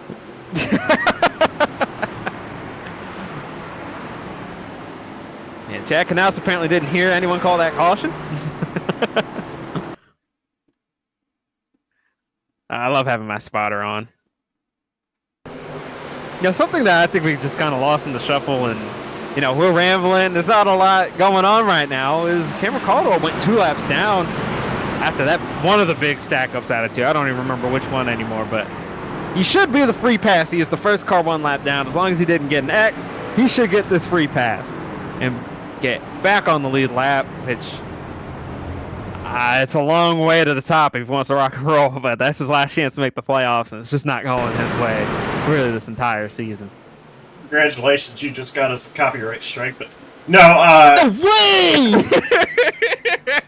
I'm kidding.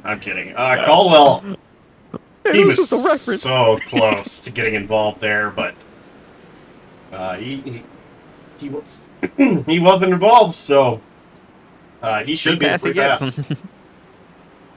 And this is one of those things where if you're on the lead lap, you just never know. All he could ask for is a shot at it. Season's not over yet.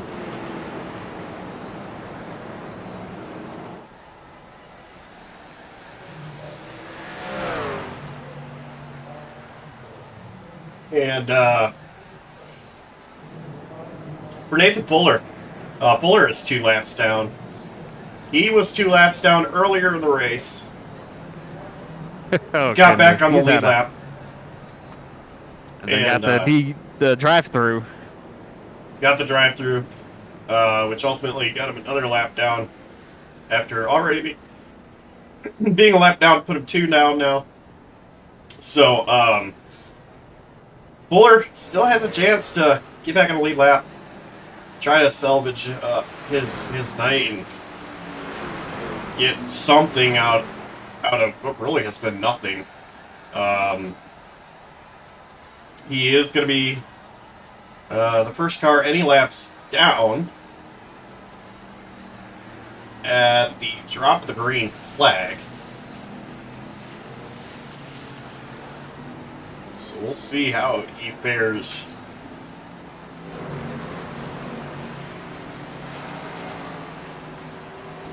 And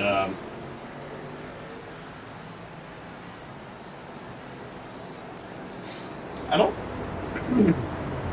don't think I'm dying anymore, as of this moment. Maybe, of course, but maybe later I'll start again, but, you know.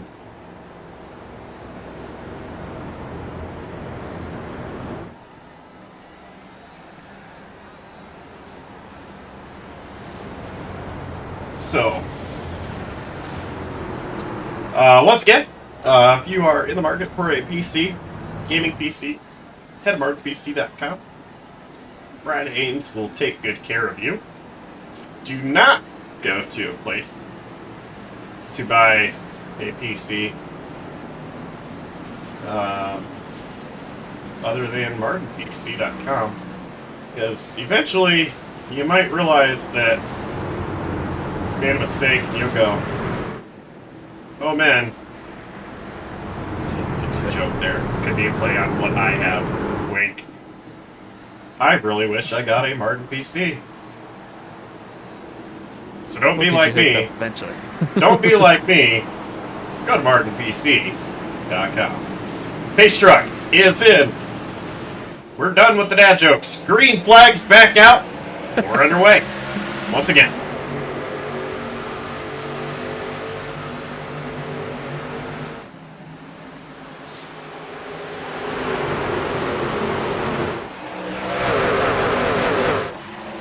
Justin Rand gonna get clear. Jamie Wright. And Chuck is sane. All over the back tailgate of Justin Rand, but he's got Jamie Wright underneath him. And once again, caution. Oops, sorry, you go. I was gonna say once again, Wright was underneath the Rand, but it's no longer the case. Alonso making a move. I was going to bring up how the way those cautions fell, just he was going to be able to stay in second, but it's just when those cautions coming out immediately put him behind the 8-ball of Jamie Wright and Sean Cassane. Now he's got to fight back around these guys. There's just contact between Cassane and Durand. They are leaning on each other.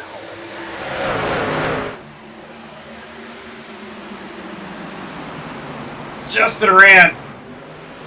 He's no longer on the outside.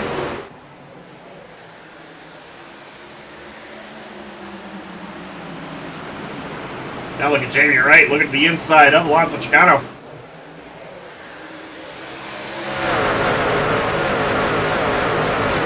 Tuck back in the line. Before looking back underneath.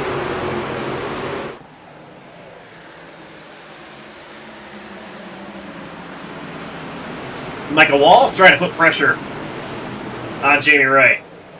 Yeah, Justin Rand staying with Sean Cassane here. Good job on those. He's got pretty old tires, isn't he?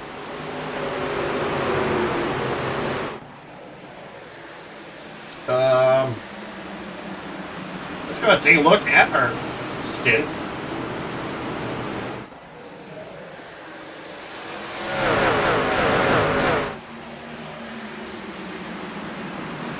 So if you look on the ticker, you'll see laps and slaps bit. 46 laps for Cassane, 54 for Justin Rand, 46. Chicano, 54 for Walls. It's 46-54, 46-54. Seems to be a split chatty up there. Just a little bit. So they are, I would say they're slightly older, but those are probably all caution laps, basically. Just about.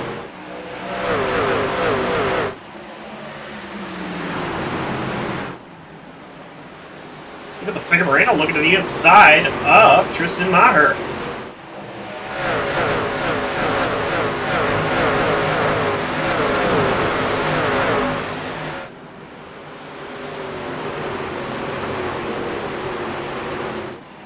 Yeah, Tristan Maher's worked his way back up. He was kind of mid-pack for a decent amount of this race, but he's back up front. Doing a really good job keeping that freight truck clean all night.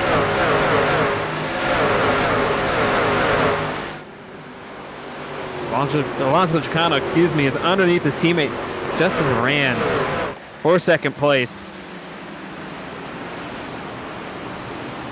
Yeah, he's going to get fight cleared. that too hard. Yeah. And Michael Walls gets underneath Justin Rand. Now that one he might fight a little bit harder.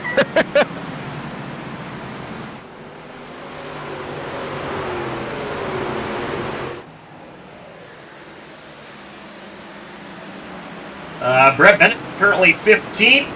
Mike Walls currently 4th. Try it for 3rd. He's going to get loose. Saves Big it. picture. Big picture.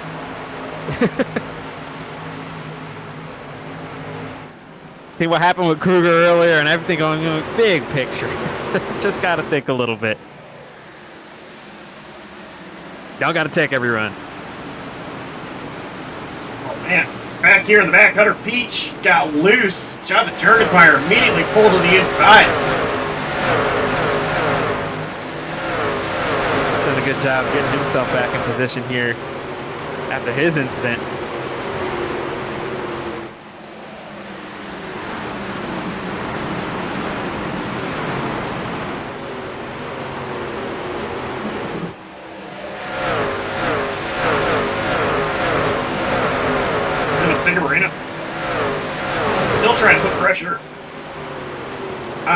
just Maher. Ooh, caution. We have caution.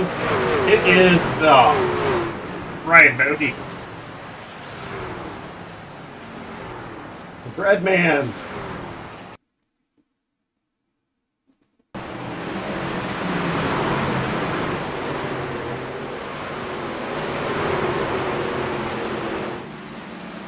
Oh, man. That was a peculiar little stack up there.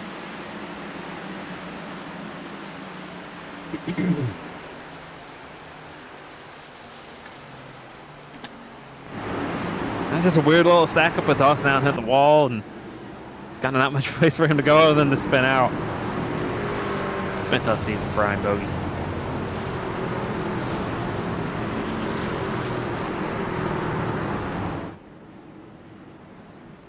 So, everybody coming down pit road.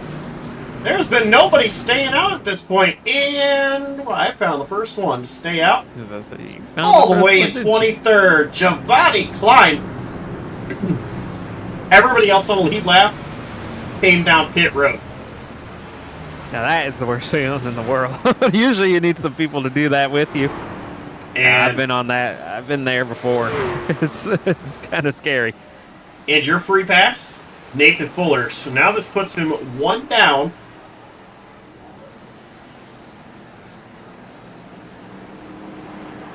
He just needs another to get back on the lead lap. Sean Cassane beats Cody McCorkle off pit road. Alonso Chicano, Michael Walsh, Tris Maher, Justin Duran, Edith Moreno, David Duran, William Kemp. You had to pause on the way you said that, but yeah, I'm still dying. It's gonna be in very good position to take control of this race again. He's just got to get a good restart and learn from a little before when he got ahead of Alonso Chicano on pit road, but chose the wrong line, and Alonso Chicano got through traffic way more aggressively, way quicker.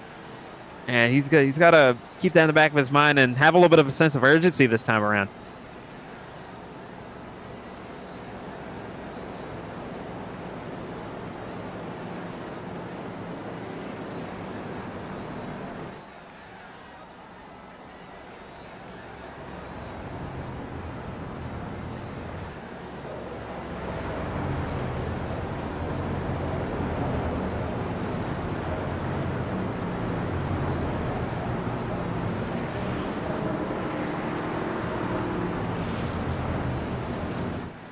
All right, where are you at? We have 39 laps to go. Giovanni Klein, the race leader. He was down pit road last 41 laps ago. Sean Cassane, as mentioned, he was the first one off pit road. Now, Cody McCorkle, he gained a ton of positions on pit road. That's because I'm guessing he took 2 tires.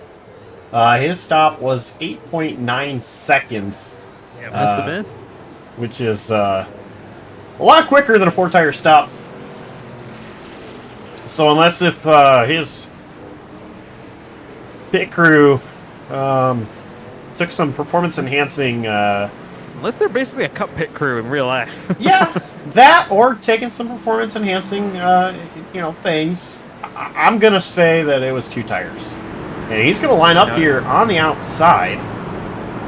2 tires might not be that bad of a call. It's just I wish I had clean air along with it. Yeah, and he's not going to have that. But you know what they say: if you follow the leader, that's what you're going to do all race. You're going to follow the leader. You got to do something different if you're going to give yourself a chance. Green flag back out. We're on our way once again. 16th time at Richmond. And Alonso Chicano following Giovanni Klein. They're going to be 3 wide. For the lead. No, Cassane, excuse me, is going to get cleared. Did a great job on that. Oh, Alonso getting loose. Michael Walls is going to slide. In the grass. So was David Durand.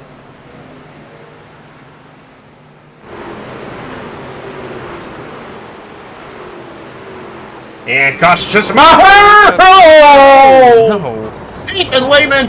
And more carnage ahead! Oh my. It was about 35 wrecks! Moreno. Yeah. Wow, Tristan Maher got wicked loose on this in front of the whole field. And it's just carnage.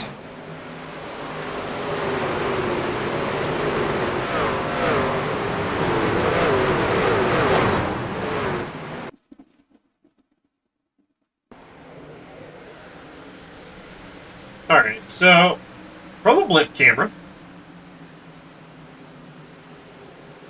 Tristan Maher, there he goes. Gets into Ethan Moreno, who then tries to save it. Goes around. Meanwhile, Josh Arnold, also involved in something after the fact. Let's see.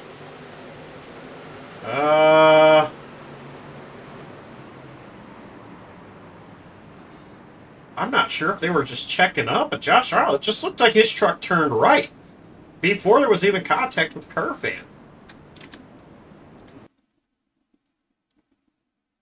I don't know if it's just the angle I'm looking at, but well, he got... Okay, so he got loose. I don't know. He got loose, and I think he got tagged a little bit because of that, and it just sent him up the track. He definitely got tagged by Curfan, but that's not Curfan's fault by any means. No, that was just a stack up. Yeah, that's not anybody's fault, really. I mean, I think what it was a reaction to Dawson Allen. Yeah, it was a tough situation for him there. It wasn't much either of those drivers really could do. But I think you needed to take a ride along with Cameron Caldwell. That was one whale of a ride he had through that whole wreck.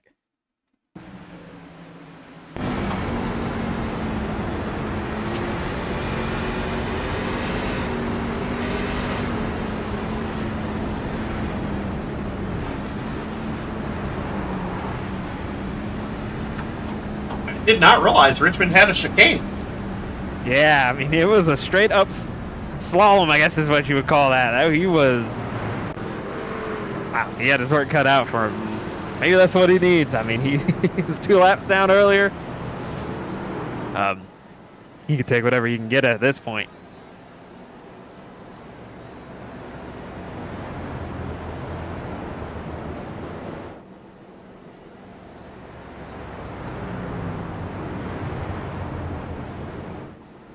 Alright, so Sean Cassane, Cody McCorkle, Alonso Chicano, Justin Duran, William Kemp, Jonathan Jurgensmeyer, Hunter Peach, Jeffrey Armistead. Have we said that name tonight? Other than on the starting grid? I have not heard his name once tonight, but there he is. Just being steady Eddie like he always is, isn't he? Jamie Wright and Ryan C. Smith, the top 10. 31 laps to go. We're going to restart with 30. And I don't want to say it because I don't want to jinx it. I'll give him a shout out. Hopefully I don't jinx it. Is Jeffrey Armstead's got a 0x right now, and it's just typical him, right? He's just always so smooth and calm throughout all these races and all the leagues that we watch him in. And he's doing just that again tonight, just keeping his nose clean. And he's on track to get a decent finish tonight. Multiple I didn't wins. jinx it. Multiple wins on JCTV, but only one in a league race. All of them in a super speed. Green flag, back out. And a great jump by Cassane. But a really good jump out of Alonso Chicano. I want him to be careful because he started creeping up a little bit before that start-finish line. I do not want him to get a penalty for his sake. I know he would beat himself up so much. I think that was fine, but never want to be too close, that close to danger. Excuse me.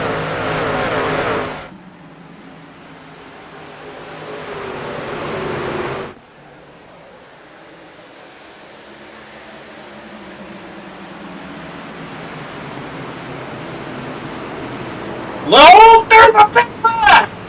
Oh my goodness.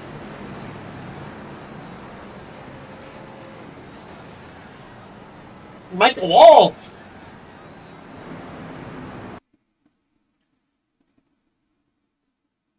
I believe was the initiator in that. Oh, he was. What did I say about that big picture thing? Mm-hmm. I don't mean to be that guy, Michael, but there's a difference between a champion and a couple wins.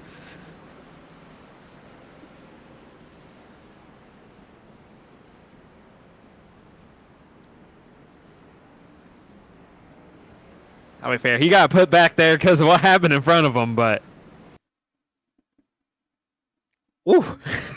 that's not going to be fun to talk to after this race. You know, we actually, I just had brought the camera back here to talk about the fact that Brett Bennett was ahead of Michael Walls, but Michael was coming. Yeah, that's that. Yeah. I get aggression. Sometimes it's wise not to think with your asshole. Oh, sorry.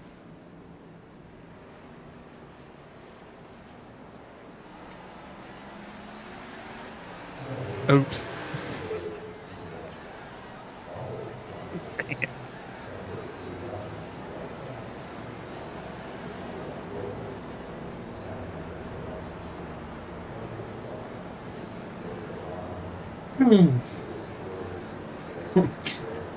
We're gonna step away from commercial break. That's probably the best idea.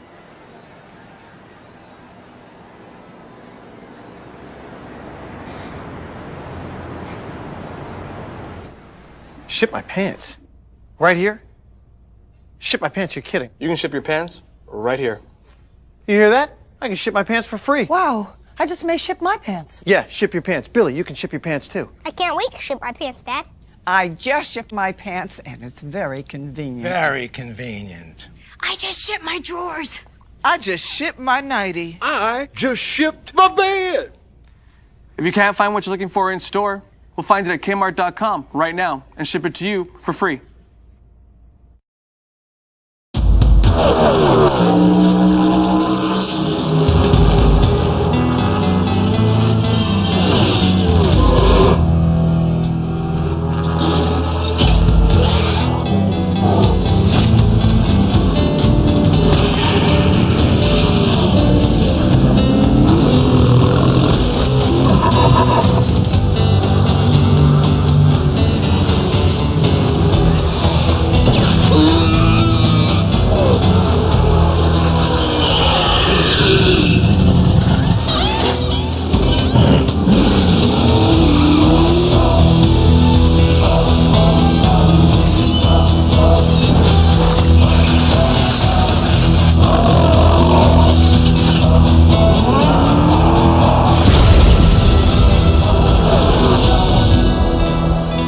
It's now the NASCAR Sprint Cup Series.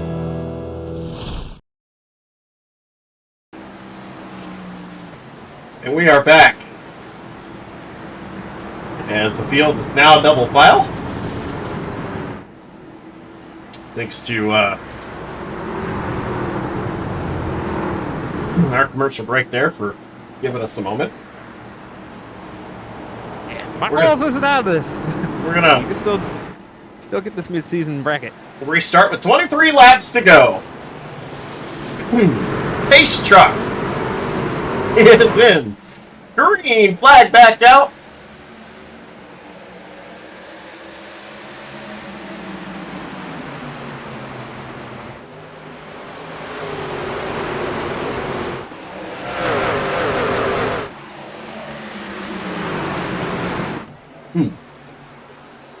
Alonso Chicano. This has been in a while, yeah. Yeah, he's This is all over hot Hussein. pursuit.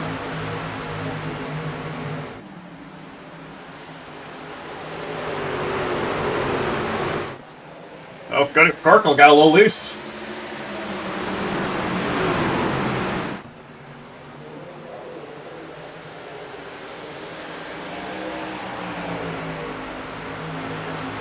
Alonso Chicano still right there within striking distance of Gassane.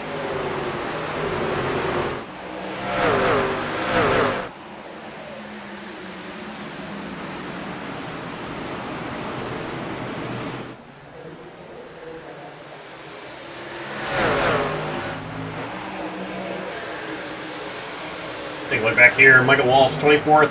Actually, 23rd. Brett Bennett, surprisingly, isn't, at least position-wise, that far ahead of him. No, he is in 17th. Brett Bennett's truck is in a little bit better shape.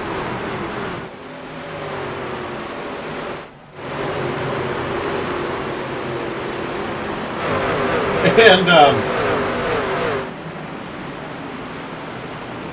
I'm looking. I see that Andrew Elias and Trevor Burns both on pit road. They came down pit road a couple moments ago, got back out on the track, then came down pit road, and now are sitting in their stalls. And I want to believe that they had to serve a black flag for too many incident points, and then got speeding on their way out.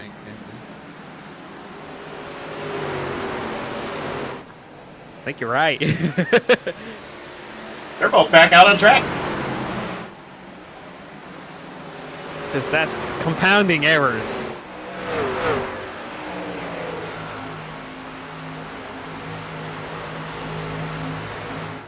It's like, man, they're 4 laps down now, both of those individuals.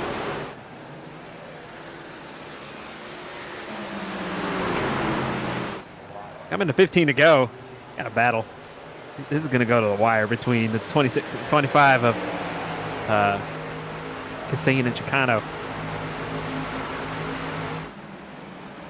Yeah, both those drivers doing a great job.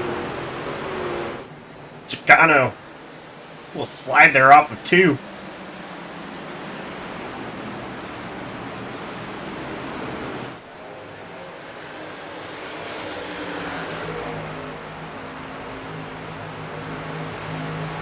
His last few laps, though, Chicano has been faster than Gassane.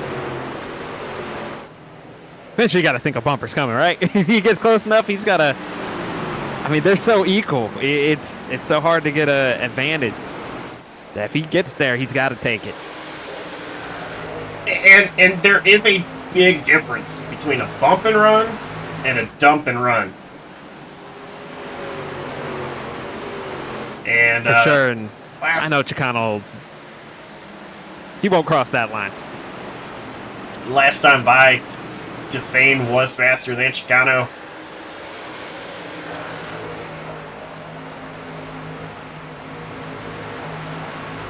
Once again, a little bit faster than Chicano.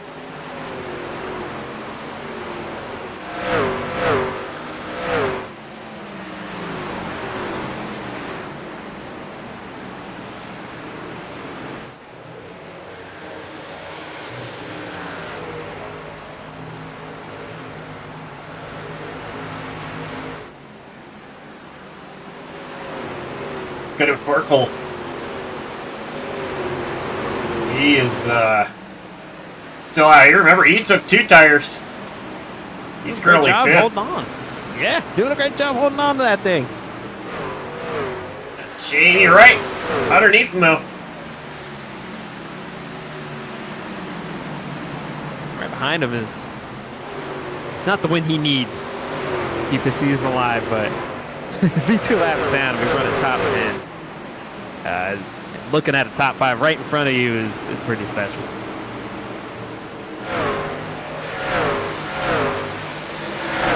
I've only been 1 down and have a chance to win.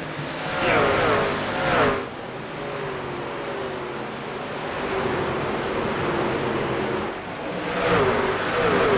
Caldwell, don't throw it away. Sorry. Oh, my. Yeah, they are. 3 wide. Yeah, he was wicked loose, making that move down the back stretch.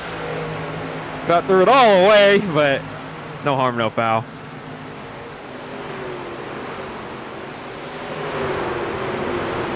No, McParkle Hole in the wall. Corkle.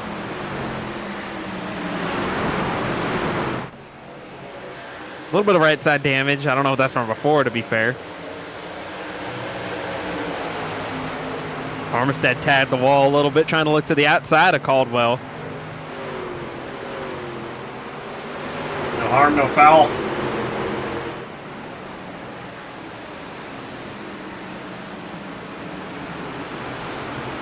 Meanwhile, Engine that about half a second or so.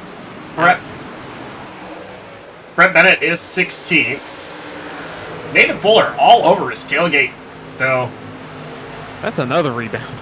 2 laps down for twice. sure. Yeah, 2 laps down twice.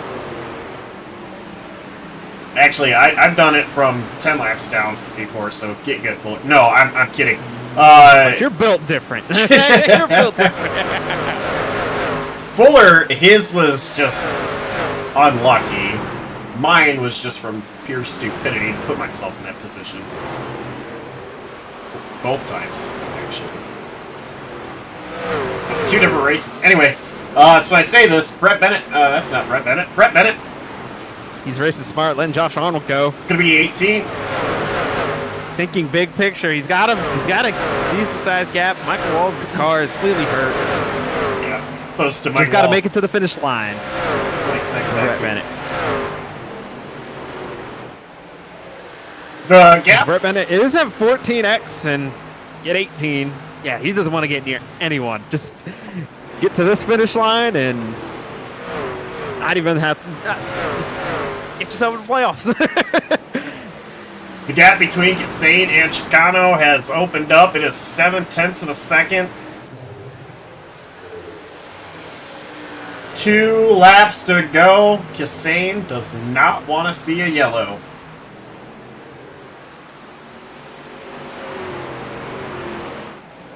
Snap on the back stretch. And through 3 and 4. White flag is waving. He's got it.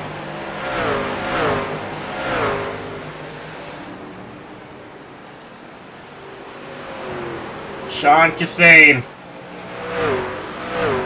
He is looking to get a win here.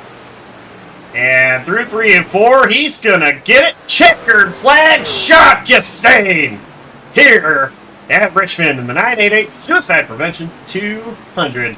Congrats, Sean Kassane. And Brett Bennett, 18th place finish. The best 18th place finish he's ever had in his life. He is in the playoffs. And we will talk to Brett Bennett here tonight.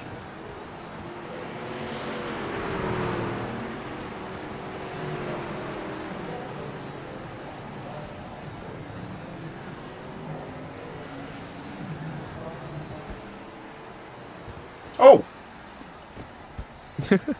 I don't think he realized Bogey was quite there. But Yeah, it's all right. he's going to do this partial Polish lap. We've seen this done before. Just once or twice on JCTV. Oops. The old Alan Cole wiki. Making that famous.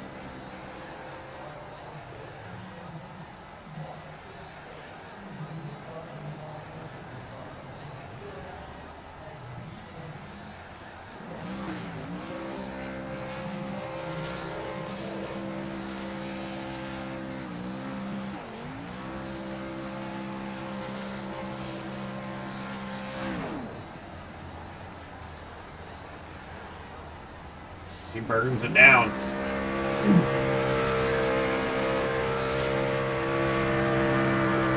This race winning moment. Sean Kassane, brought to you by C2 Graphics,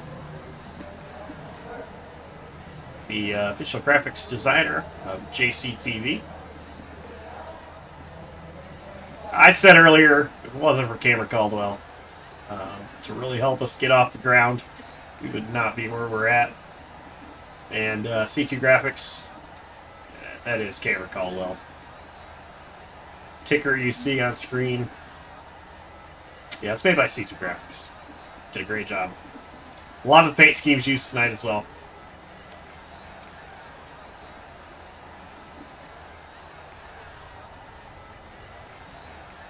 Let's go ahead and show you our unofficial race results. Sean Cassane brings it home. P1, Alonso Chicano. Second, Jonathan Jurgensmeyer. Third, Justin Durand. Fourth, Jamie Wright. Fifth, Cody McCorkle. Sixth, Jeffrey Armistead. Pretty good. P7 for him. Cameron Caldwell. Eighth, Brian C. Smith. Ninth, and David Durant. P10. Yeah, at 11th, I don't even know how he rebounded after being sideways in front of the whole field was Tristan Maher. Bogey rebounded to 12th, Ryan Bogey. 13th is William Kemp. 14th, Alex Kerfman. 15th, Nathan Lehman. 16th, Nathan Fuller. 17th, Josh Arnold. 18th, the best 18th place ever for Brett Bennett. Locks him into the playoffs. P19 for Dawson Allen. Around out the top 20 is Jacob Lockley. Yeah, you mentioned a rebound for Tristan Maher. How about that rebound from Nathan Fuller? 16th. Sure. I know it's not what he wanted, but great job for Nathan Fuller. Overcome everything he had to come through. 21st, Giovanni Klein. 22nd, Michael Walls. 23rd, Stephen Thornton. 24th, Shane O'Neill. 25th, one lap down, Michael Kruger. Jared Burns, 26th. Andrew Lights, 27th. Harold Tucker, 28th. Hunter Peach, 29th. Ethan Fonseca Moreno finishes in 30th. 31st is the Watermelon. 32nd is Brandon Hinton. 33rd was Jonathan Campfield. 34th was Christopher Melton. 35th is Matt Steiner. 36th, Matthew Stotts. 37th was Matt Toaster. And then heading out your field after rear gear issue was Jared Wilson.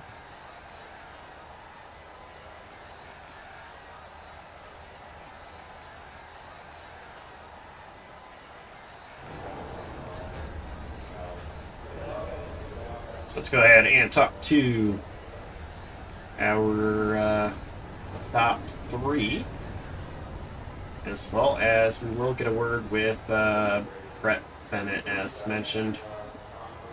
And you know what?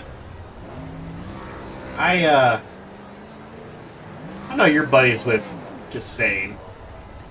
We'll let you talk to him. So we'll have you start off with Jonathan Jurgensmeyer.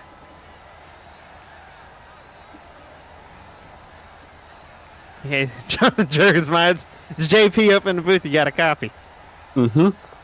Yeah, you brought this thing home P3, and you kept your nose very clean. Proud of you for seeing that nice little 0X over there. It's pretty rare in this race. Just walk me through your thought process getting you here. I went into this race. I didn't have any force feedback the whole race, and then I mean, it was just I was so slow. I couldn't really figure anything out for that first part of the run, and I pit early, and because I forgot that there were stages, so I screwed myself on strategy the entire race. So I was in the back the whole time, and then the last time when I was on fresher tires than everyone else, I kind of drove my way up to the field a little bit, up to about 9th, and then that's when everybody else pit, and from there it was just an even field. I don't know. A lot happened there at the end with Ethan, and I don't know, a lot of people self-spinning themselves on that one restart, but I got through it somehow, some way, and then from there it was just holding off Justin Durand, and somehow got through it. I don't know. Yeah, and this is I know you don't have a win yet this year, but being the points leader's got to feel great, and this just helps you extend that lead and get yourself some momentum going into the playoffs. Do you have any? You looking forward to Homestead any? Yeah, I'm looking forward to it, but it's kind of crazy finishing third, and I lost 2 spots in points because Brett and Sean are in now. But either way, I don't know what you get for regular season, but I'm excited for the rest of the season. And Homestead, I don't really have a lot of experience there, but my own halves have been better than the short track, so I'm excited for that. You know, Gotta ask if it's like real life where the regular season champion's automatically locked in. I don't know about that, but Sure hope so. I hope so. Yeah. Any shout outs to sponsors you got there? Shout out Sean for the win. He drove really, really well to pull off Alonso there at the end, and he's deserved one. I don't think he's won on I don't think he's won on JCTV besides that one, besides the SAAC clash. But I mean, he's in the playoffs now, so that's exciting. He's gonna do really good, and it was a long time coming for him. And then the rest of the guys in the call, Micah, he was running well until stuff happened, but I mean he helped me a lot with brake bias. Same with Ethan, and shout out Justin Rott being the man. Thank you, Jonathan Juggins. Your win's coming soon. Yeah.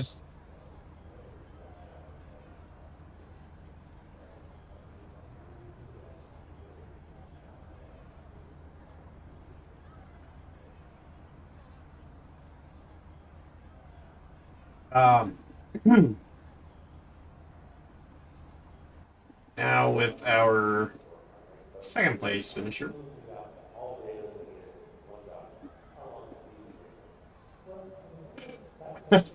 Maybe if anything can cooperate with me right now.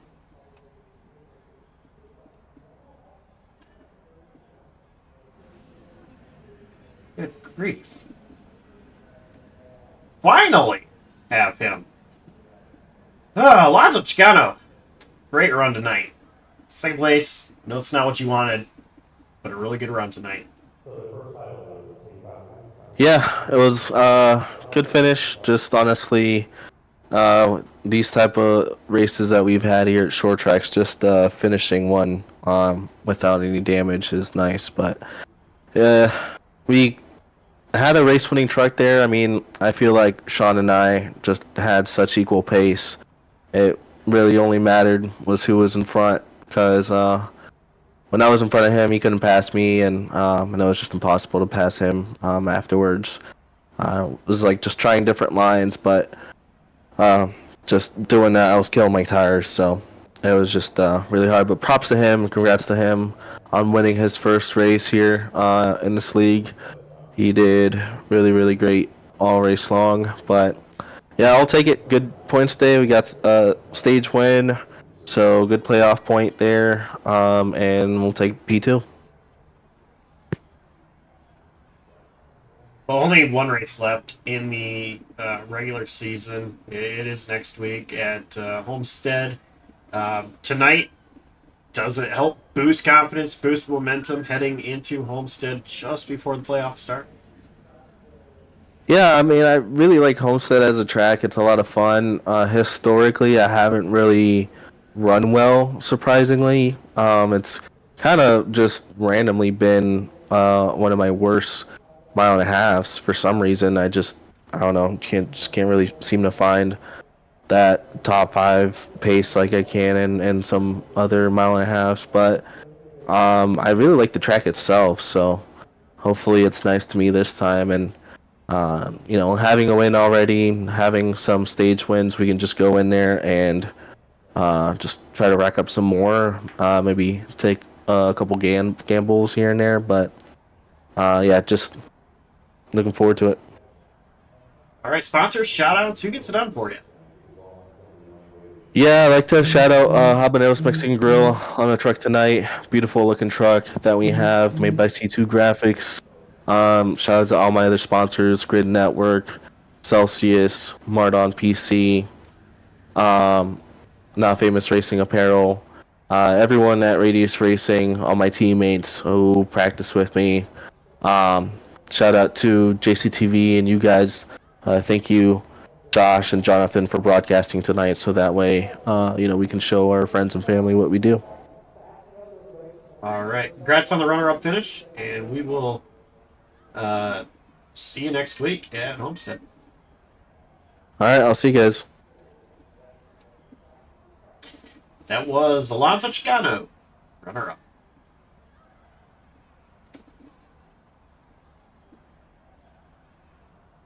Hey, Sean. What's up, Evids? What's up? I'm down here victory lane with you. I don't know how this happened. I'm really proud of you, brother. I mean, just you went through a lot of ups and downs this race. Believe it or not, it wasn't very easy. It's usually how first wins go. Just you had so many restarts you had to go through, and so many different strategies. Just walk me through what you learned so that you can be a former series champion straight up. Yeah, man, I did not think I had this speed going into qualifying, but yeah, when the race hit, my car clicked. I mean, I ran really well on the bottom. I loved it. As Alonso said, I heard in the interview, I could not pass him behind him, so I needed to be in front on that restart, and luckily I got it. And it was just crazy. I mean, I needed this. We needed this for the team at Chicagoland. We needed this for a playoff. I needed this mentally. It's just been so up and down these past seasons. Well, season on JCT. You're a rookie. I'm lost for words, man. Yeah, we need to get you off Congoline because that's not good. But there's some news about that in a bit in the future. There's some news about that. Thinking emoji, but yeah, I mean, early in the race, you and Alonso had to fight through the field, and he got through the field on those new tires a little bit quicker than you did, and that got you a little bit behind. And did that experience just kind of help you out later in the race when you guys were in the same position, and that was basically going to be the battle for the win in terms of who had the freshest tires at the time? Yeah, just being behind people on fresher tires really, I don't know, I felt so unease, and I even got into Nathan there, which I apologized to him about. I just did not expect coming up to him, but Ethan and Alonso definitely went through traffic a lot better than me. And it's basically about track position. You need to be ahead of everybody to even have a chance. And even though there's not much dirty air at this track, it definitely helps being ahead of the person because it's so hard to pass here. Now, you should be championship racing, I think, right? I think you're I think I am eligible. I know you take too many vacations. This is my 10th start. This is my 10th start out of 14, so I think I'm good. Yeah, you take too many vacations. Are you even going to be racing next week at Homestead?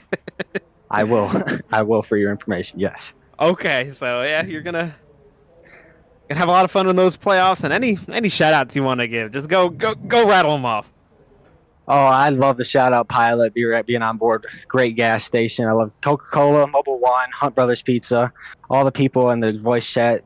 Braden being my spotter, and with thanks for Braden. There's Ethan Fonseca, Alonso for having a great race, having just really good pace, kept me honest. And I'd like to shout out Jerk for winning last week because that's back-to-back T1A wins on JCTV. It's funny we had this conversation during the race because T1A isn't in this league. I didn't know because I didn't know if the league owner was got axed and then the team just stayed or what. So I guess we'll kind of win for T1A. That's awesome for you guys, and it's awesome for you. This is the first of many. I just had a feeling after Darlington and SJRL. What did I tell you? I want you to say it. What did I say? Get better restarts. Oh, not the bad thing, the good thing. I can't even remember at this point, man. I said if you could do it at Darlington, you could do it anywhere, and this is anywhere else. You could do it anywhere. Oh, and ETB spotter, by the way. I just want to let you know, ETB did have help with that too. I got yelled at for that. Yeah, that's true. I got yelled at for that. And also Brett for winning the Mid-Sea Madness over Micah. Don't like that Micah guy. Don't like him at all. I'm sure you could say the same. It's off the rails, but thank you, Sean. Thank you, boys. You only have a first time one time, so enjoy it. I will. I'm sorry, Joshua, in advance that's off the rails, but it's okay. I think everything goes off the rails when I let you interview your buddies. I'm just gonna start purposely making sure you don't interview your buddies. Oh man, good TV. Let's get Brett in here. He's got something to celebrate tonight. Yes, indeed, we do, Brett. This is, not an interview that, means you're in the top 3, but You do have something to celebrate. You finished 18th tonight, and I know you're gonna say it, so go right on ahead and say it. Most Mickey Mouse playoff appearance of all time. Let's go. This zero top 10s throughout this bracket. Wow. By the way, Funniest possible outcome. So, Brett, I mean, now you're in the playoffs. There's one thing guaranteed: you're in the playoffs. Yeah, and giving the playoffs, there's tracks I'm good at in the playoffs, so who knows? I'm probably not going to make a run in it. I don't think I'm that good. I've also just not had... I feel like I've driven better than I ever have this season, but at the same time, like, I've made a lot of... like, today I thought I had some pace, and because I had been really good here in long runs in the Xfinity car, and it was the exact opposite. I had short run, but no long run in the truck. But I got lucky. Micah was way faster than me tonight. I am not going to, like, say I beat him on speed. Like, I honestly was probably faster than the person I was against in the first 3 races. I just got... like, Martinsville, I was pretty quick. I just got caught up in an incident, lost track position, and it kind of came down to a late race. Back of the field, beating and banging with Kerfan. Lime Rock, I was better than Lehman at the road course. I got a lucky draw. ETB's a much better driver than I am, but I got to go against him at a plate track, which is kind of my specialty. I got damaged, but he got involved in the big wreck late, and I took advantage of that. And then this week, Micah just had me covered, and then it's Micah ran into the same issue that Micah always runs into. He was over aggressive. Like, he was way faster than me, and I thought he had me when we restarted with like 35 to go. He was going to be behind me, but I kind of figured he didn't have a lot of damage. He'd gotten sideways on the previous restart. I don't know what happened there. But I saw in my mirror, him send it 3 wide inside of Andrew, and I don't know who else was there. I think Andrew came down a little bit, but it was one of those things where you dive bomb aggressively lap after lap and send it 3 wide like that. Eventually shit happens. And sorry, excuse my language. But sorry, still not the worst thing that was said tonight. Oh, I'm sure tonight was definitely not the best performance from the drivers here. Shout out to the jumped restart on lap 56, by the way. When I was the lead control car on the restart, the car on the outside of me definitely jumped the restart, which was annoying, but I wasn't saying much there. But it might have looked like I got a bad restart, but I did not get a bad restart. He was going like half a second before me. Yeah, I just didn't have a lot of pace tonight. Late in the race, I had 14x. There's an incident limit of 17x. I literally, that last run, just was letting people pass me because I just didn't want to get an incident point and possibly have to serve a drive-through, because that was the only... I saw Micah didn't have pace in it anymore, and that's kind of what I did. I let Nathan Fuller and Josh Arnold by me because I just had 16th or 18th. Doesn't matter. I'm going to the playoffs, so I'll take it. Sponsor shout-outs. Who gets it done to take you into the playoffs here with your 18th place finish? Obviously, Strigley Stats, Dawson Allen. Dawson was awesome. I asked him, like, in our chat. Me and him were very similar on pace, I felt like. And he was really good on short run. I knew I was a little better on long run than him, I thought. And I asked him very nicely, like, please don't pass me, and please just do what you can, like, to hold people up behind me, because I just didn't want to be... It wasn't that I didn't want people getting to me. I didn't want to be like people taking me 3 wide, because it was kind of... Especially after restarts, it was kind of just a cluster with how many cars were in a... all together. Strigley Stats, as always, Valley Fire Department, SBLD, Brian, Tyler. They're good tonight. Always got that. Always love all my bus buddies. Andrew, he did some awesome burnouts around Kissane after the race. Thought that was pretty funny. Nathan Fuller and Cody McCorkle, I've been kind of in voice chat with them in a lot of races lately. I enjoy they are good. I enjoy talking to them and having them. I like everybody in this league. Cam for putting it on. Radius Racing, I know I crap on them a lot, but I consider almost everybody on that team to be a good person and a friend. Michael Walls, I actually had some good talks with him this week. It was fun racing against him. Yeah, I don't know. I just have fun racing. We'll keep going and see what we can do. See if we can make some noise in the playoffs, shock the world. I was beginning to think that you were about to thank everybody in the world. Oh, yeah, Josh Coppernell, Jonathan Parker, all JCTV. Congrats on your 18th place finish, Brett. I guys got told they're waiting on me for post race review. Yeah, I've been told to quit apping. So y'all have a great night. Congratulations, Brett Bennett, on the playoffs. So, speaking of the playoffs, Ethan Fonseca Moreno with 3 wins, Justin Duran with 2 wins, Alonso Chicano, Andrew Elias, Sean Cassane, Tristan Maher, and Cody McCorkle all with 1 win. And Brett Bennett, they're locked in no matter what happens next week at Homestead. Jonathan Jurgensmeyer and Michael Walls, they are both currently above the cut line. Jurgs is 45 points above. Micah is 19 points above. Alex Skurfan, first one out, 19 points back. William Kemp, 27 points back. And David Rand, 53 points back. It's a real big stretch for David Rand to make it on points. Then there's a lot of drivers that must win. I am not going to go through that entire list. That isn't a must-win situation. But there's a lot. So, that pretty much does it for us here tonight at Richmond Raceway for the 988 Suicide Prevention 200, presented by Grace the Cat. Yeah.